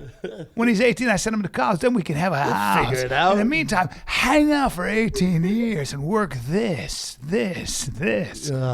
She was dope, America. though. She was great. Boom. You got some. I mean, we have so much shit to cover. You got some current events, Evan. Just go with the Cub. The Otter. Should we go? Let's stick with the Cub. Should we go pee first? You gotta take a hot piss. Yeah. That's fine. Go take a hot piss. Go take a pee pee. Taking 5. Oh, we back from that hot piss. Hey, man. One thing though. hot piss. Yeah. You don't have any pee-pee stains on the front of them undies. Hey, bro, you've seen. What are the? Those are me undies. Yeah, they're they wick me away undies. that pee-pee. They wick away all the dang moisture, pee pee, sweat, you name it, whatever. Whatever. You know what I mean? They're only the softest underwear in the world. It's sustainably sourced modal. All right, it's from Austrian birch trees. It's the softest, most durable fabric. You spend most of your life in your underwear. You're not going to spend money on your underwear. Well, guess what? You don't have to spend that much money on your underwear. They send them to They you. send them to you. You get a subscription. Brian and I signed up for them. I'm so crunk when my undies come in the mail in that cool silver package. Look, They don't look like regular underwear. That's a piece of art. Forget it. Your package goes, I just stepped up my game. watch this. If you don't like them, don't send them back. Keep them. No questions asked. How's that sound? Okay, they got dozens of styles. That's how much they believe in their product. They got everything. I like them because they get artsy with them. You get match underwears with your girl. Don't do Shipping that. in the U.S. and Canada, free. Save up to $8 a pair with the MeUndies subscription plan, which we are both on. Mm-hmm. Get the subscription or a single pair. Get 20% off your first order. How about that? When you go to MeUndies.com/fighter, MeUndies.com/fighter, that is the only underwear I wear. I prove it every time I do a show. Me too. And I'm wearing them right now. And guess what? You can't even get them in store. You can only get them at MeUndies.com/fighter. Boom! Current events with Evan. The Cub. The Beard. No Current more. events. Yep. Evan, the Cub, Our the boys Beard. from Ranger Up and from Range 15 gave you the name The Cub. Yep, we landed on the Cub. We're good to go. I actually changed my Instagram account to Evan the Cub now, so it's official. Sick. Oh, It's as legit as it gets I now. like it. Sick. All right, so let's jump into these current events. So the first one we got from today is about the death of Harambe, the gorilla from last week that was shot and killed after a toddler fell into the gorilla cage with it. And a former zookeeper wrote a pretty interesting article. He's a about gorilla it. expert, they Gorilla say. expert. Yes, a gorilla Brendan expert. sent it to me. And he was getting down to like everyone's like all freaking out about like, you know, taking out the gorilla. And of course it sucks that an animal that awesome has to die. But its body language, according to the zookeeper, was exhibiting a lot of signs of stress and a lot of signs that had something drastic not been done immediately, that the kid, I mean, as strong as gorillas are, one slap to that kid and it's dead. Yeah. What in the article I sent this to Evan because I find it fascinating because if you watch any media outlet right now, they're all, oh my God, we're up in arms about killing the gorilla. I was too. I was like, fuck, man, that sucks. Yep. And it's my kid, go ahead and blow that gorilla's face off. However, I was like, dude, this is crazy. I was like, I can't believe they killed the gorilla. They didn't just tase him or something like that, right? Or tranquilize him. So stupid you said that. It's my kid. Just go ahead and blow the gorilla's face Yeah, off. let's get real. You touch Little Brown, go ahead and chop his face off. But so then finally an expert comes out. He's like, whoa. Let me break this down for you. Just to put it in perspective here. Yeah. That gorilla, take what you bench while you're reading this, times it by 20. That's how strong he is. Yeah. Now, when he was grabbing the kid, if you watch the video, he's dragging him through the water. Oh, he's not just doing that. That's not playful. Oh, no, he was going to do that till he killed the kid. And the female gorillas went inside. This big-ass silverback was like, nah, bitch, That means you're my territory. he's about to have a tantrum. And you know how people are like, look, oh, it's so cute. He's upright. He's protecting the kid. Oh no! He was posturing. That's him showing his aggression. He's like, I'm about to snap this kid's head off like a grape. Yeah, his dominance. Yeah, and so then he goes. Also, there's all that water terrain down Yeah. there. So if you tranquilize the gorilla, he's 650 pounds of muscle. That little kid's underneath him. He's gonna fall on the kid, probably drown both of them. Good. When you tranquilize him, you're gonna drown his big ass anyways, and then he's gonna kill the kid Yeah. at the same time. Yeah. You have to shoot that kid, gotta that shoot him. gorilla. Got to shoot that gorilla. Gotta shoot him. When you see an expert and the way he was talking, he's like, dude, that gorilla's not playing. He was gonna rip that little kid to pieces. Damn. What a bummer. The Bummer. whole thing was a bummer. You know who's responsible? The parents. Yeah. And by the way, My parents' sense even goes off now. Like I was walking down Venice Beach and there's pit bull hair. There's some crazy shit here. Dude, my parents' sense, spidey sense goes ding, ding, ding, Yeah, ding. me too, buddy.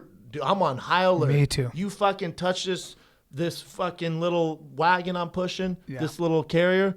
Oh, you getting head kicked. dog gets a hold of your kid, choke that thing out. I've done it. I've choked dogs off of other dogs. Choke that thing out. Yeah, I'm not worried about that. Don't hit him in the head, There has to be choke him spidey out. senses, man. As a parent, and I'm a new parent, and maybe I'm even more ultra sensitive because of certain situations.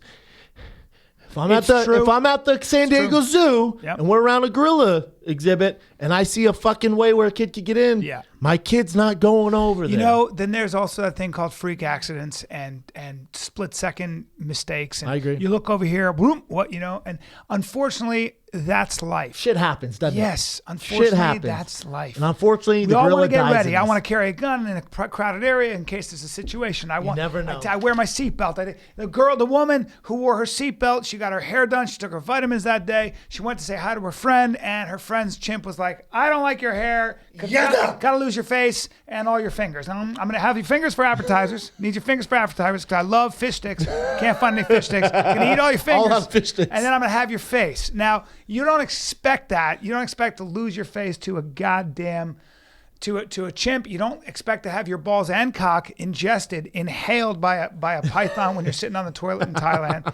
You just don't expect certain things, and it just happens. What can you do? Sometimes the guy who had his weed whacker in Japan and 6 huge yellow Japanese wasps were like, "That guy's attacking us! Everyone, man your guns! Really? Fly in his face and sting away!" Really? Face melted, sir. Face melted. No. The toxins melted his face. Fuck you. The toxins melted his face. Face. They were like, "Hey man, what happened? Somebody take a blowtorch to your face?" No, it Nah. didn't. Is this real? Is your face made of wax, sir? It sure is. The Japanese wasps basically, your face basically Hornates or wasps? swells up and it looks like Hornates or wasps? Oh no, we're talking about they're hornets. They're giant.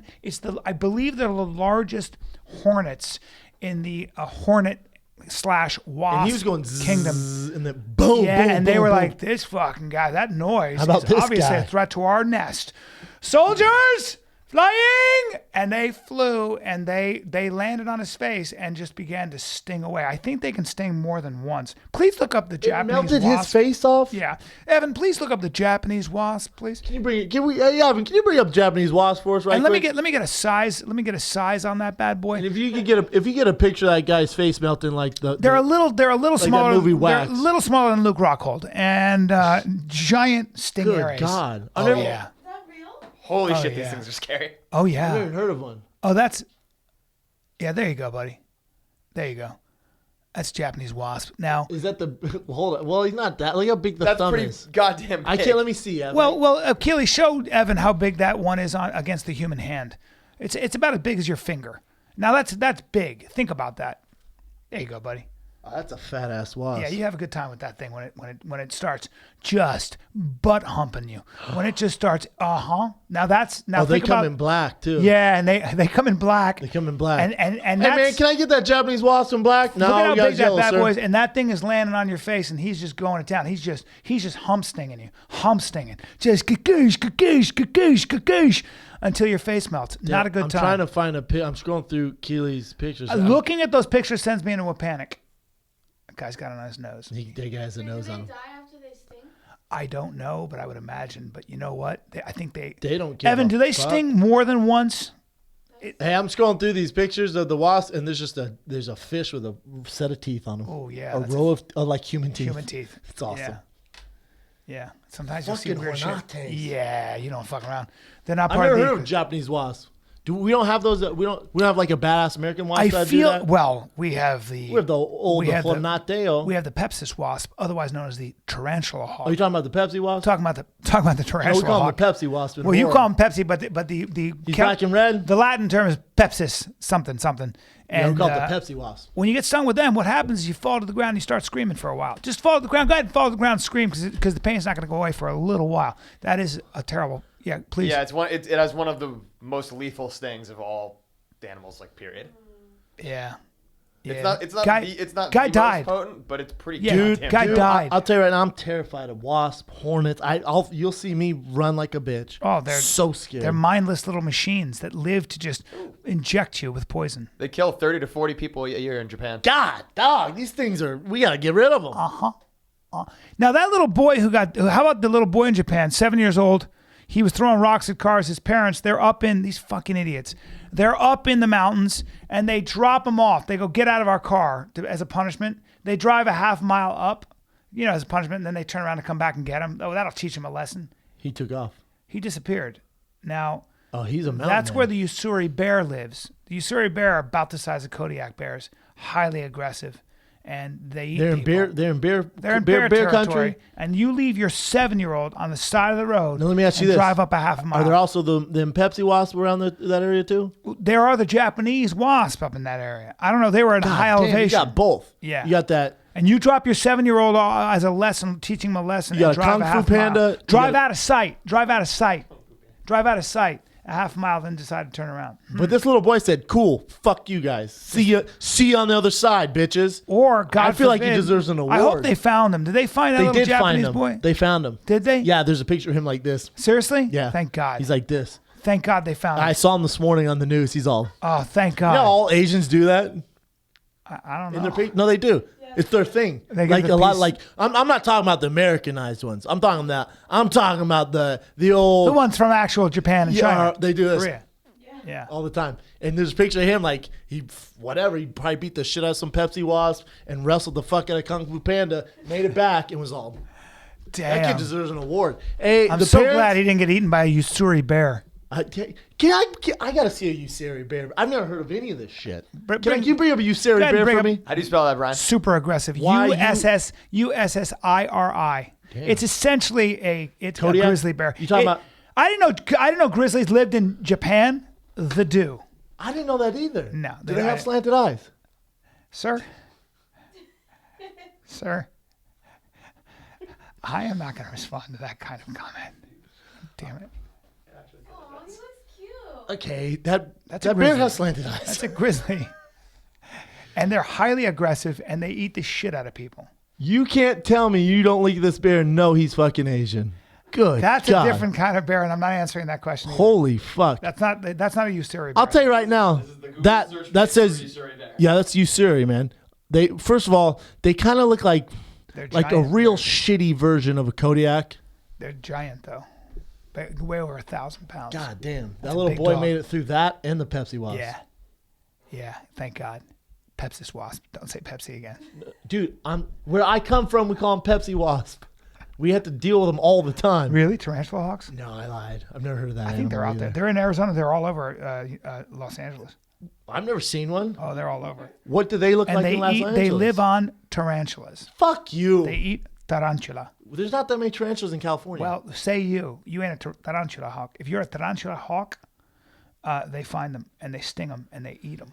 Ev, last one. Can you bring up a Pepsi wasp, please? Pepsi wasp, the tarantula hawk. And on YouTube, you can see on them. The streets, he's a on Pepsi YouTube, wasp. you can see them killing giant tarantulas. I need to make a Pepsi wasp shirt. That'd be sick with like Asian writing around it. Oh, be fucking sick. I've never seen that before. Let me see, Kay. And they're in LA. Here. Oh yeah, it is. Saw one the other day. God, damn. Fly right by that is what nightmares are made of. Oh no, they have the most painful sting in the animal kingdom. This is in LA. That's in LA. They have the most painful sting in the animal kingdom. Ugh, makes me sick. Yeah, that's gonna hurt you. I'm not scared of a lot of animals. I'm scared of Pepsi wasp. They say it's like getting shot with a .45 and then having your arm slammed into a car door. It's not a good time. Holy fuck. I talked to the guy at Animal Planet. I've been stung by everything. And he said, oh, the Pepsis wasp. Bullet ant and the Pepsis wasp, the worst. Yeah. And they fly up at you. Yeah. Not aggressive, but don't fuck around with them. You think they're on like In Utah, too. Saw one in Utah. Big. I'm not in Utah, Big, so I don't care. You got some info on them? Is that what you're about to read? How many people do they kill a week? We went down a weird path. They kill 1 million people? I've never heard of these animals. I'm fascinated by it. A Pepsi wasp hundreds and a a bear week. with slanted eyes. Yeah, hundreds of people a week.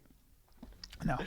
I'm kidding, man. Holy fuck. You're like, It's an what? epidemic. Bro, we got to do something about this Pepsi wasp. You turned to me and your arm went down like, what? It's a real problem. Yeah. I will stay indoors. Yeah. Little Brown ain't going outside No. if the Pepsi wasp is killing 100 No, people he a ain't. week.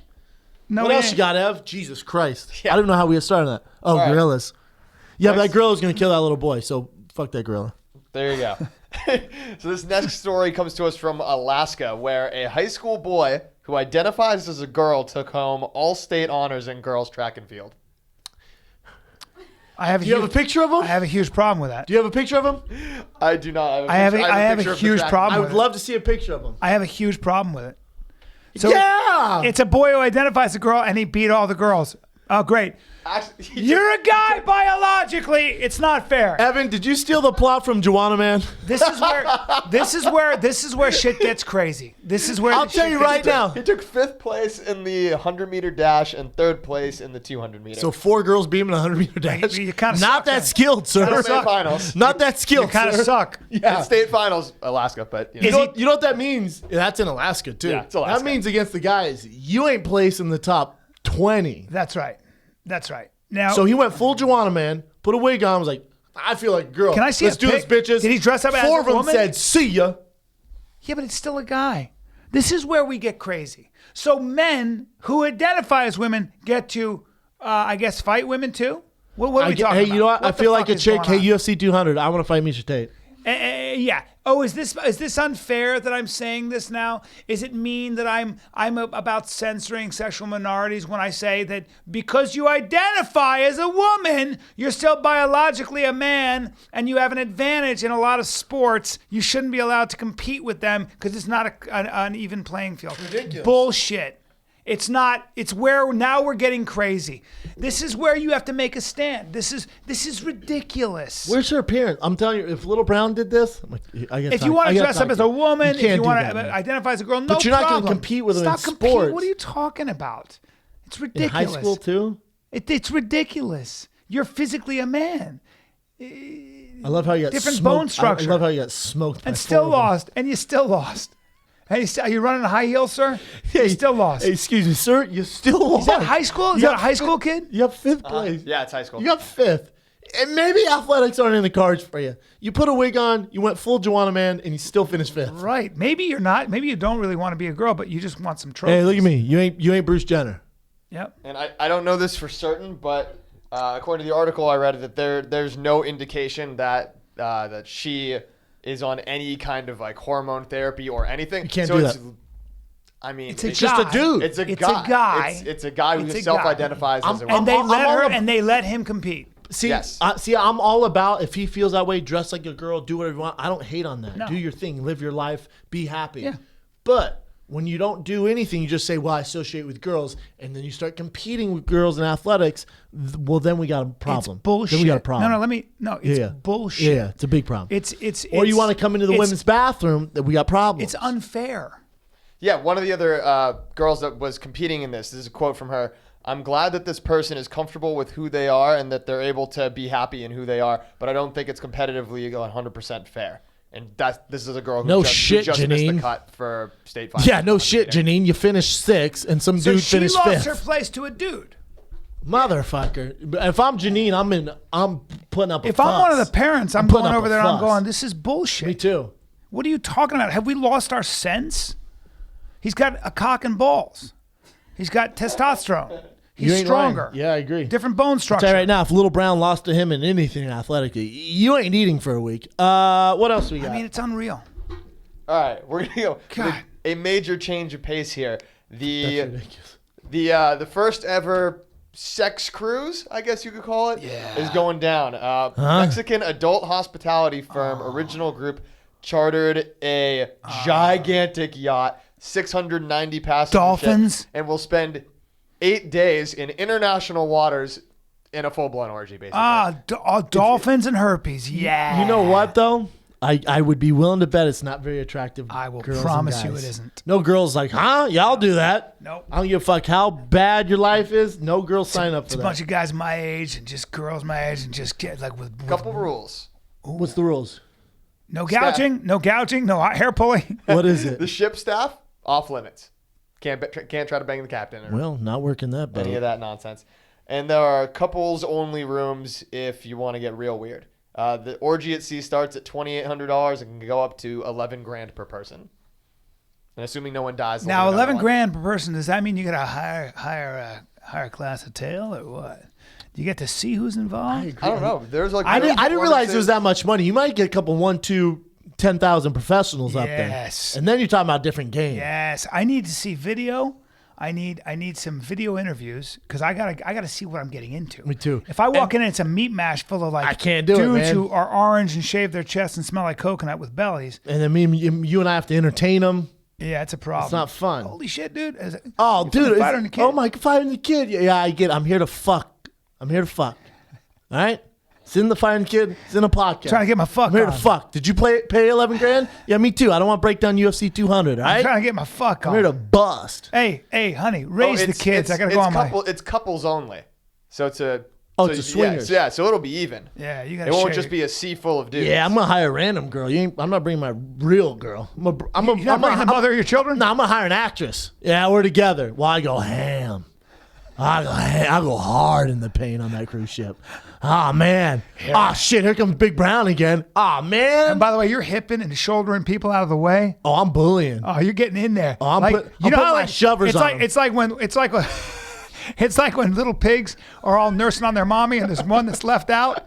But then there's that bull pig who's like, get the fuck out of the way. Give me that. Get that. Yeah, but we ain't fighting for milk. No, you're getting in there. Fighting for that mouth. Yeah, you're getting in there. I need first dibs on the mouth, fellas. Hey, what the fuck? Hey, bro, what the? Hey. Oh, and I'm all greased up because we on a cruise. I need to get my tan on. Big brown So and I'm grease. greased Big up. brown and grease with a big old boner. I'll be like Mr. Hands up in that bitch. You slide right in. Hey, here, dead serious face. You just hear this. Hey, how you fellas doing? Yeah. You bring a shop. Yeah, here's an autograph. Anyways, hey, what do we got here? What do we got? Oh, looking, I'm liking. Yeah. Good dudes, fellas. Hey, dude. And there's going to be a few casualties of war. Well, you might just threaten all the guys. Hey, all the guys, you got about 5 seconds to get off. I need it all for myself. By getting off. Hey, everyone. And they all like, oh, and you're like, oh no, now you're covered in just a sea. Or the old Dave of Chappelle gauze. sketch, holding him hostage with jacking off at him. funny. You ever seen that Dave Chappelle skit? Oh my god! On the bus, holding. He said, "There's a bum holding That's his true story. hostage." That's true story. It's hilarious. That happened. It's hilarious. Guys All right, what try- else you got? Ev? That cruise, I'd have to see, man, because most hot couples aren't going to pay $11,000. They're just going to. You know what I'm saying? They're just going to do their thing with another hot couple. They're not going to pay $11,000, go through all this fucking shit, and then there's a jillion couples. You got the fat guy with the hot... What? Yeah. I've never got that stuff. I've never got swingers parties and switching out girls. And No. what? There are like extras, I guess you call them. There's supposed to be performances. I don't know whether those are musical or what kind of performances exactly are going to be going down. There's supposed to be performances, couples workshops, themed nights, and, quote, intense icebreakers. You said couples workshops? Yeah. Hey, man, I'm not there because I have relationship problems. I'm there to fuck. And who wants to take the old ball and chain for a ride? Huh? I'm here for crab legs and pussy. Yeah. But you know what? I mean, That's, see, let's be real. ain't that taking perversion to another I'm here level? for all you can eat pancakes and ass. Yeah. I'm all about ass, but the problem is when you start planning it and you're paying for it, That's not as fun. That's where it feels like that's where you take perversion to another level. Like, that Well, becomes then your you're job. Then you're a scumbag. Well, If you organize a cruise, yeah, it's a little to weird. fuck, Well, hey, you're hey, in bro. it is what you're into, but it's like that's a lot of work. how many days is it? It's a lot of work. 8. Oh, That's shit's so long. God. It's a lot of that's a lot of fucking. And then what happens if, my bad, it got weird, it was dark in this small-ass fucking cellar we were fucking in. I busted in Jim's eye. I'm on the boat for the next 7 days with Jim. And he's got chlamydia of the eye. And Jim has pink eye. Oh boy. And then Dave was behind me licking who God knows ass, and I farted. He has pink eye. Now I'm stuck on the boat Wait a minute. for 7 days. Hold on. He was licking your ass, obviously. No, man. There was a girl. You just said you farted. Well, no, he was it's licking God knows whose ass. He was licking your ass. That's not right, It's dude. a cruise, bro. Hold on. It's a cruise. Hold on. Hey, it's international waters. And you had the audacity to go like that, just a little one, got in his eye. We're there for 8 days. I'm doing work. Why is Dave licking your rump? Dave? Why is Dave going tongue deep in your It's bunny dark, hole? man. It's dark in that bunny hole. He might think That ain't an excuse. I know when I can feel a goatee on my bunny hole. Dave's very clean. Oh, he's real clean. He's a He's twink. pink eye now. He's a All I'm twink. saying is Yeah. I can only eat so many pancakes, so many crab legs, fuck so many girls. 8 days. That's a long time. It's exhausting. That's a long Oh, you're time. talking about training camp. You're talking about training Yeah. camp. Now, is everybody tested? You're talking That's about my 2 question. days. That's another great question. Is there a big bill of health? Is there a record? You got get that condom out of my fucking face. Yeah. What? You got to test up. Not up in here. You got to test. Don't be right? a sissy. Hey, did you get stung by bees? Oh no, those are herpes. Sir, do you have a Pepsi wasp on your dick?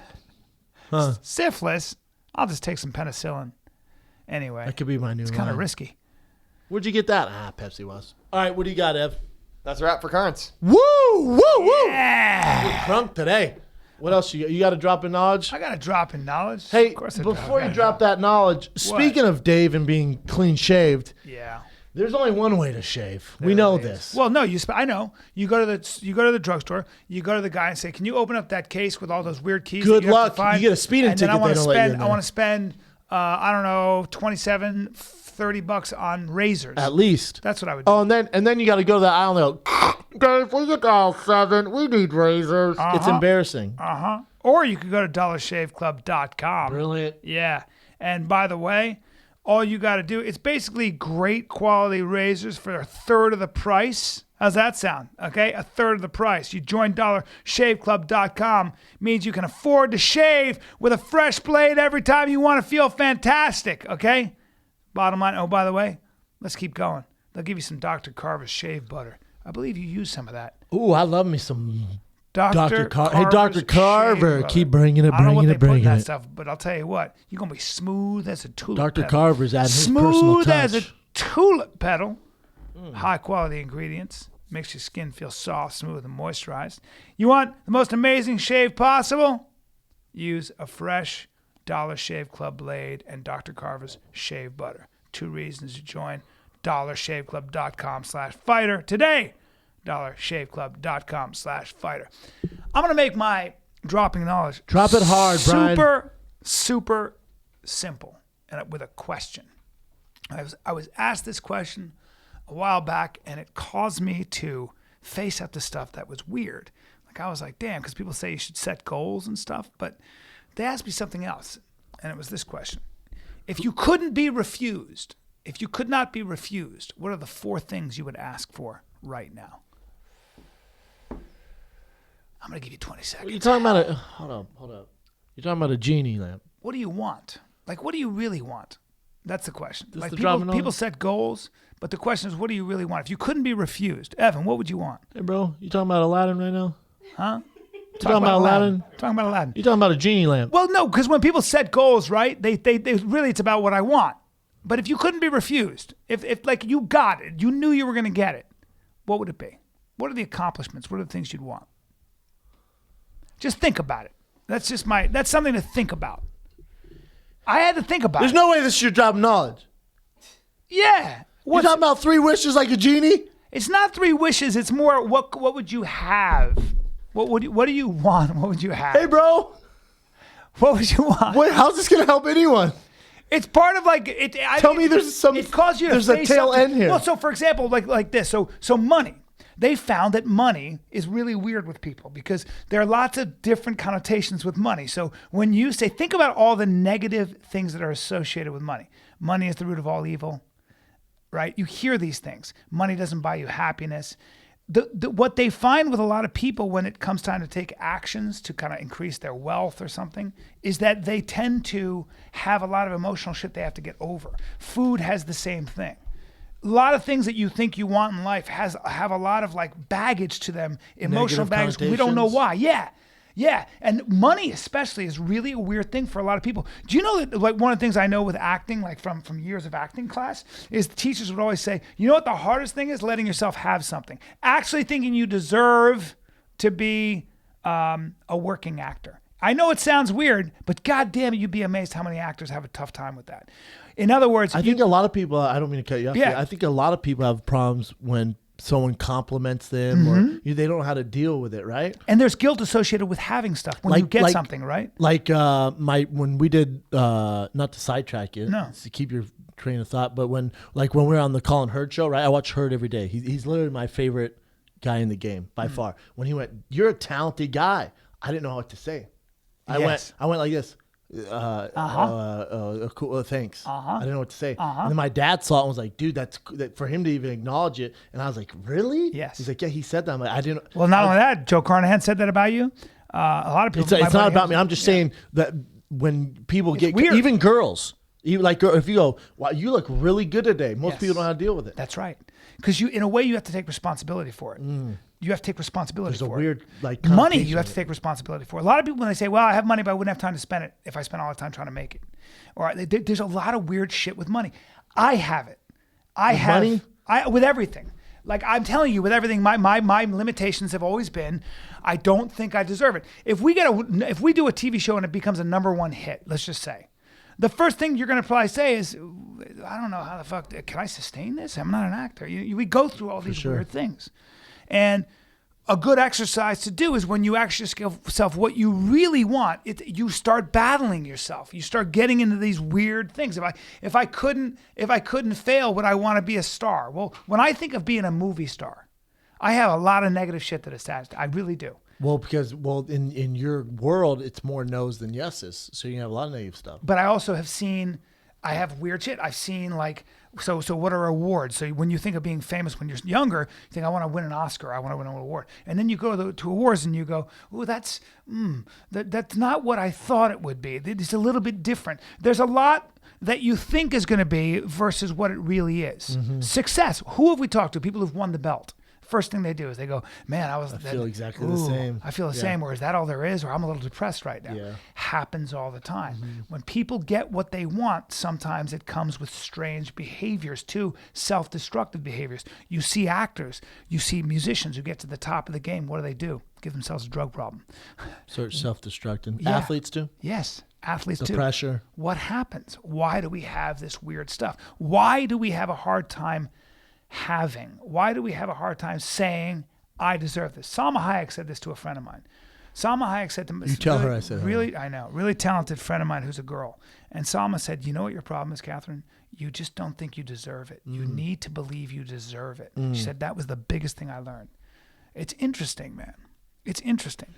It is weird. Compliments are super weird. You get in the way typically of all that gets that stops you.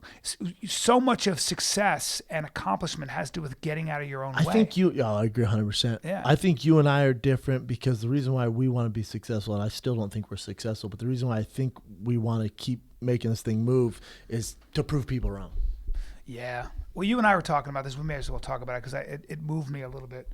I don't know if we, let's just talk about it because you said something that I thought was so awesome, and I think it's, in a lot of ways, I haven't stopped thinking about it. And in a lot of ways, I think it's the theme of our next show. You said, Brian, I've always just missed. And told you in private, but yeah. No, I'm just kidding. But it's a beautiful thing to say. We may as well just share it with everybody because what you meant is that you worked so hard your whole life. And football, yeah, you were D1. Pros, just missed. You were never the top 5 fighter. You wanted to be top 10. Yeah. It's a big deal, but you still feel like you just missed. Yeah, I feel exactly the same way. You don't think that when you said that, I went, well, I may as well just get that tattoo. I just missed. I'm not kidding, bro. I went, I've never really always, how many times have I almost gotten a huge part that could change my life? You have no idea. I never really got into it with you. You've told me a little. It's fucking heartbreaking. God damn it. Yeah, it's rough. God damn it. Yeah. And for reasons that, I don't know, I guess they had nothing to do with me. So they told me. But they did have everything to do with me. And now we have this. Now we have this thing. I'm having so much fun. And it's the first thing I've really ever focused on. Maybe there's a reason for that. But either way, this is the thing that I think, and again, you and I, do we feel successful? I don't. I do. Well, what did my brother tell you about football? Remember, I think you were asking about what we were watching football, and you're asking why I didn't play more football and how it hurt my feelings in football. And then Jay told you a little bit about my football at CU and stuff like that, and how if I did go on to play football, I wouldn't be here. You know what I'm saying? Know. It's weird. I know. It's weird. Well, that's the other thing. Maybe just missing is exactly where we're supposed to be because it's made us who the fuck we are. I think, and I really also think, as you also said this, that everybody, for the most part, feels like they just missed. You know who doesn't? Kobe Bryant. Kobe Bryant said when he got that award, I can honestly say when I look myself in the mirror that I gave it everything I have. And he did. I wonder how many friends he has. There's a price that you pay for that. I don't know that he has a lot of people that would consider Most him people a friend. just miss. Yeah, on a lot of things. Yes. You sacrifice a lot for greatness too. So Oh yeah. maybe that's life. Maybe most people at the end say, I just missed. Just missed. You know, I'm sorry to out you on You that, but I thought it was a really you gotta hit the great, bullseye, man. I thought it was a great and profound thing to say, because I think in a way it's one of the reasons you and I connect deeply. Couple 1-2 losers. Yeah. No, I'm just kidding. but winners too, you know. Yeah. Depends who you talk to. Anyway, sorry to out you. No, on that that, was but- good, man. Well, God, that was deep. that's deep. Got good though. Couple 1-2 assholes. Now, I know I can't see, man. I can't see. What's the matter? Talking about just miss. What's the the reason matter? I just missed traffic lights and books. Yeah. I can't see. Oh, well, you just got to get yourself a pair of glasses. Do you know that? Where though? Listen, dude, listen. You could go and spend $200 on a pair of fancy They ain't sunglasses cheap. or prescription, or $300 They gave me them. I or went $400 there. or I went there. $500. They gave me Yeah. the Malcolm X special. Like, hey, Yeah. do you have anything thinner? Yeah. I look like a kid from Sandlot. What you have to understand, dude, is that most sunglasses, all of them, are made by really one or two companies, huge companies. So they essentially set prices. And this is where a company called Warby Parker comes in. It was started by some young students, young people who basically said, I'm tired of paying that much for sunglasses that are high quality and losing them the way they do. I preach. Warby Parker is a concept in our where they have a store on Abercrombie we've Yes, been to. Abbott Kenny's finest. We go in there. Unbelievable. I own I'm so two glad pairs. they're part of this I own now. two Me too. I have pairs. these sunglasses for Warby Parker. There you go. There you go. Did they send them to you, son of a bitch? Or you bought them? You bought them there. I bought 'em. Thank you. I bought two pairs at their store over there. Keep on. But they are now a sponsor. They do not cost. Look, sunglasses cost as much as a freaking iPhone. Again, all we're right? we're taking out the middleman. That's what we do. Hey, middleman, kick rocks, Dude, nerd. Their prescription glasses start at $95, including lenses. Options include both glasses, reading glasses, and sunglasses. Okay, you can buy it online risk-free. And I'll tell you this right now: they have a home try-on program. Listen to this: you try them on at home. You can order 5 pairs of glasses shipped directly to you for free. You try all the frames on, get a feel for them, get feedback from others. 5 pairs for 5 days, mailed back to Warby Parker in a prepaid package. For pretty every cool. pair of glasses sold, how about this? This is why this is a great company. Listen to this. For every pair of glasses sold, Warby Parker distributes a pair of glasses to someone in need. What? You want everybody? I guess if you don't buy Warby Parker, I guess you want the world to be blind. Yeah. I'm disgusted with Me all too, of you. man. All right, Help Warby someone Parker. else see. That's unbelievable, dude. Polarized Warby glasses. Parker, Abbott Kenny. Prescription. helps others Wait, see. Prescription. You can get prescription and polarized, both. Prescription polarized sunglasses for $175. Please go try to beat that price. Go try it and tell me if you can. I dare you. WarbyParker.com/fighter. Order your free home try-on pairs today. Choose 5 frames for 5 days. That's a brilliant idea. Great it's business plan, Warby Parker. Warby Parker. I'm a fan. Just read a book. The originals. They had a whole chapter devoted to these guys. They're awesome. I love it. Warby Parker. Fan questions. Fan questions. Go through all of them. We'll do it fast. All right, first fan questions from P-Man500. Was Bisping Rockhold the biggest upset in UFC history? We already hit on that. Yeah, I think Maybe. so. To me, the magnitude of it, how you're talking about a guy in his prime. To me, it is because Bisping, he was beat before. He 12-day notice. Bigger than Ronda? Yes, because Holly Holm is a world champion kickboxer. But nobody called that. A perfect matchup for her. But nobody called that. Still not a bigger underdog than Bisping Yeah. is. And did Holly have 12 days notice? And it's women fighting. Yeah, so I think Luke Rockhold in his prime getting knocked out by Bisping, bigger deal. Yeah. Because Holly's in her prime. Yeah. World-class kickboxer, boxer. Yeah. Perfect combination to beat Ronda. So that's why. All right, next one. Do you happen to know why Dominic Cruz was able to have the Monster logo on his shorts during the fight on Saturday? Because I get this question so much. Brian, take this. Well, Monster is also a sponsor, right? Monster is a sponsor of the UFC. They're associated with the UFC. So Monster pays the UFC. The UFC decides which, for sure turn your phone off, Evan, the UFC decides which fighters will wear the Monster patch on the Reebok trunks. So you'll see Conor wear it, Ronda wears it, Dominic wears it. They have a few, like maybe one or two others. That's why. Yep. It's the UFC controls that sponsorship. There you have it. Next one. After Mark Hunt KOs Lesnar, what circus act will Dana feed us next? P.S. Where is CM Punk? I see. Maybe it was just some bullshit. From what I heard, is CM Punk is fighting at 202 against that same guy, Galley or whatever. Mickey Gall? Mickey Gall. Oof. And Mickey Gall's a tough matchup. Mickey Gall's a stud, man. So that's what I heard. I might be completely off. It might just be, smoke up my ass, but that's what I heard. I gotta say, I don't know the CM next Punk's thing. got some balls to be doing this. He does. Doesn't mean it's the right thing to do, though. Yeah. Like I'd love to play for the Lakers. Guess what? Lakers aren't calling me. Maybe he just wants to see if he can do it, but You can't have that. You can't have that. Yeah, Professional sports, you can't I agree, have buddy. that. I agree. You just can't. I would love to throw a fucking football for the Miami Dolphins. He has taken You can't 2 have years that. to train, though, isn't he?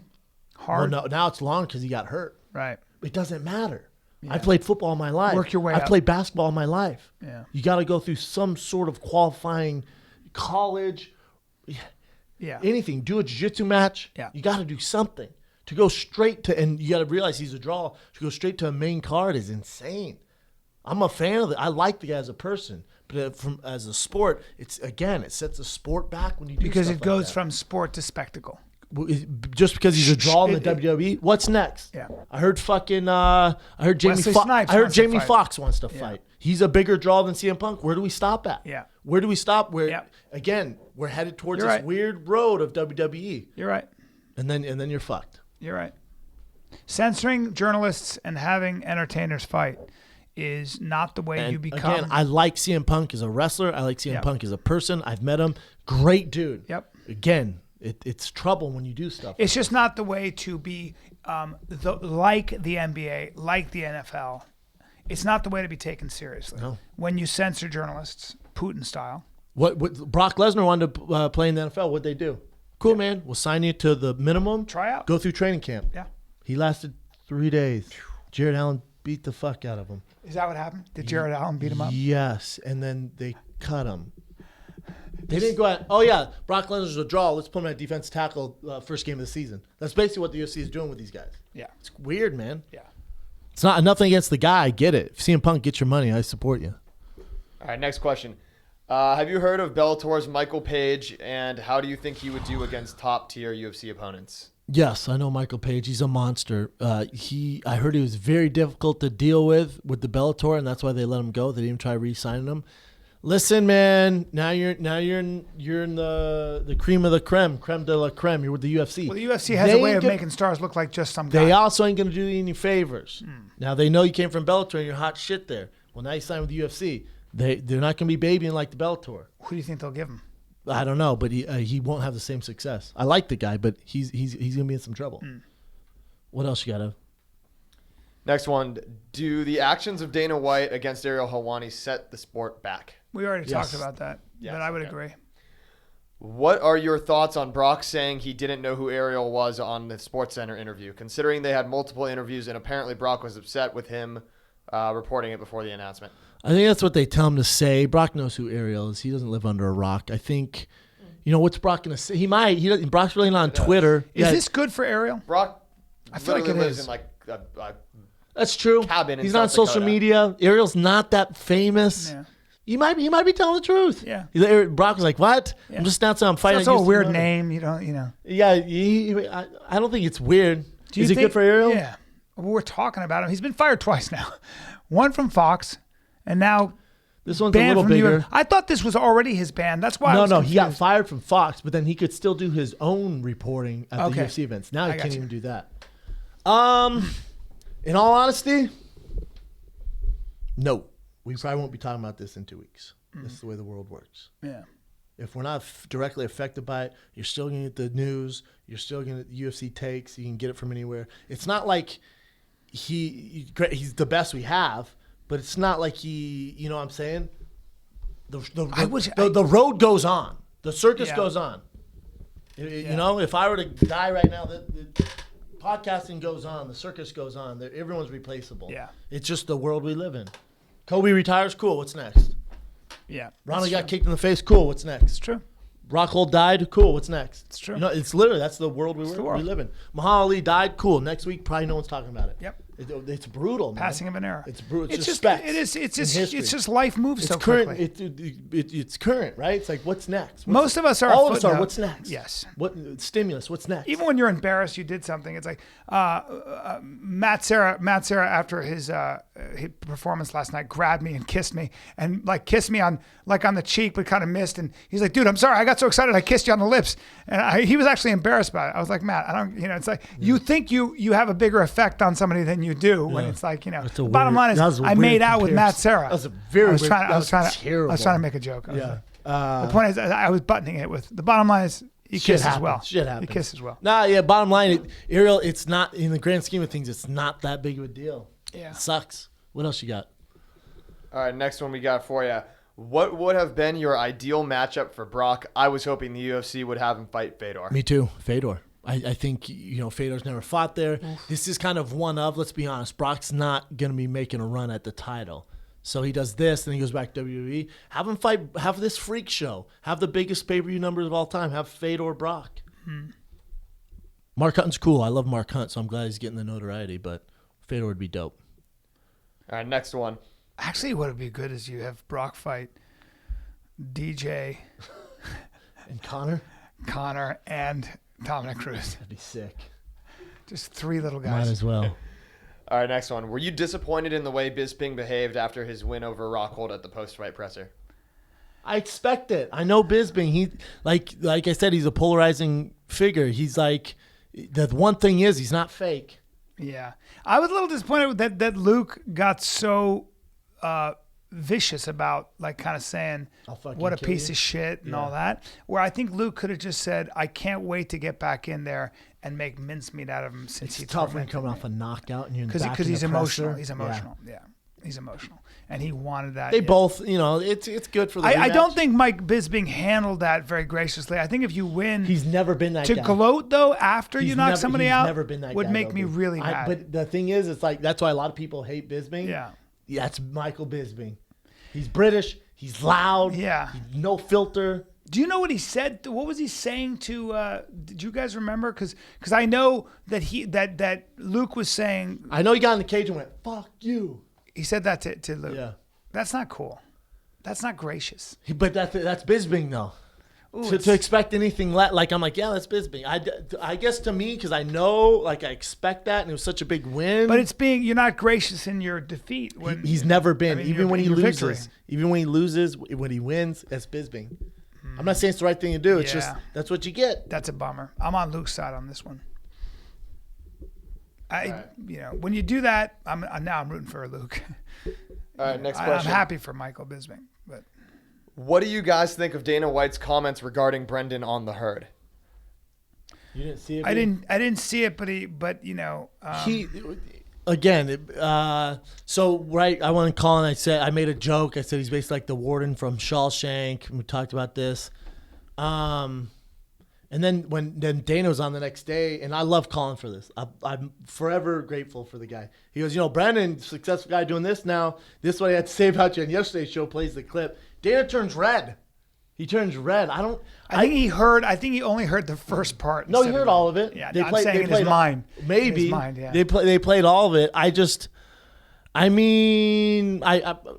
get it. And he was basically saying, you know, guys like Brendan, they just weren't good enough to make millions, so they're upset. He's missing the point here. Hey, I have no skin in the game. First of all, Dana has to know you don't think about Dana that much.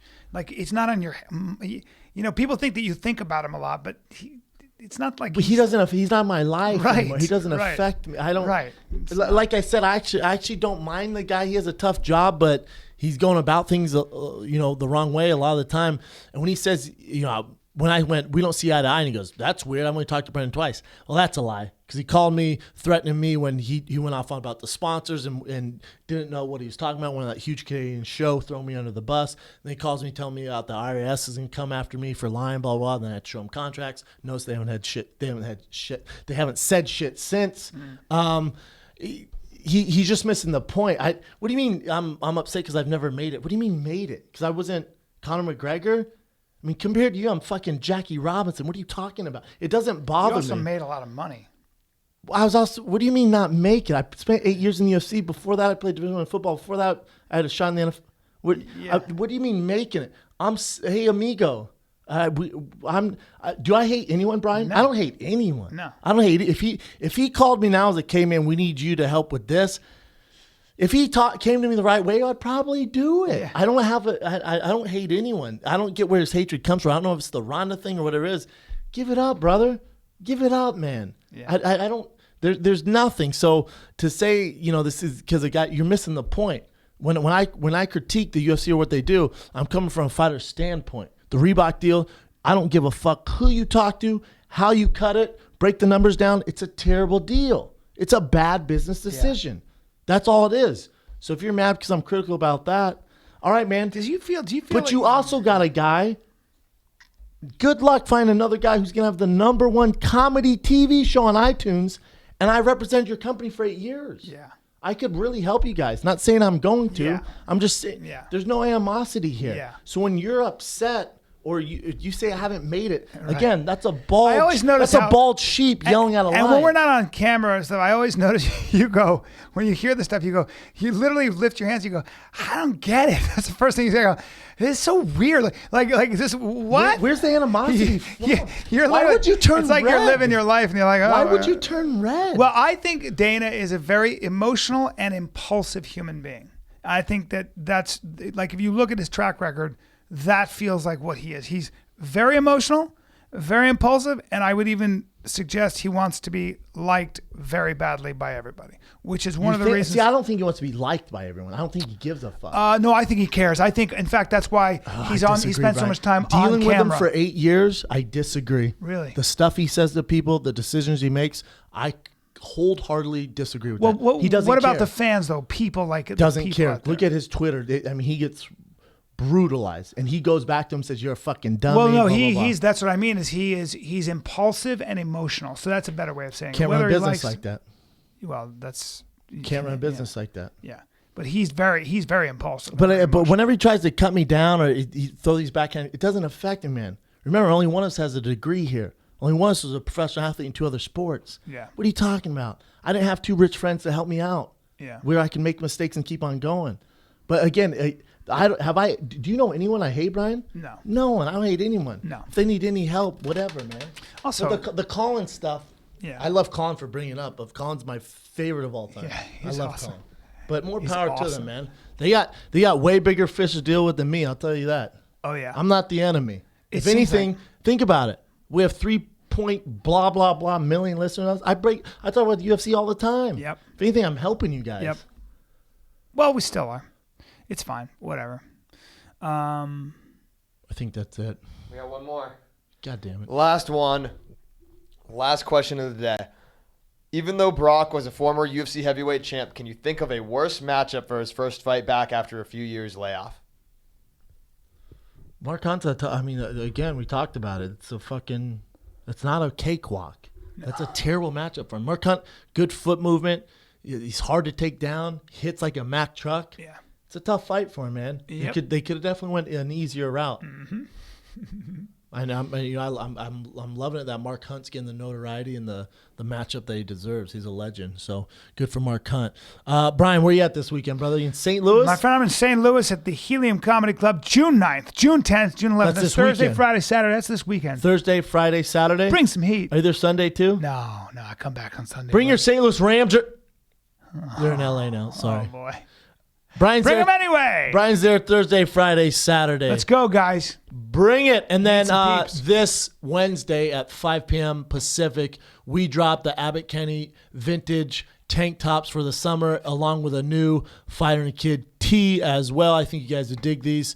And then we're also re-upping in a few weeks the Keto Kid shirts since they sold so fast. So we got the vintage Abbott Kenny tanks dropping for the summer and a new Fire and the Kid shirt. That's Wednesday, 5 p.m. Pacific, people. Go see Bryan Callen, St. Louis. This is the Fire and the Kid. We're out.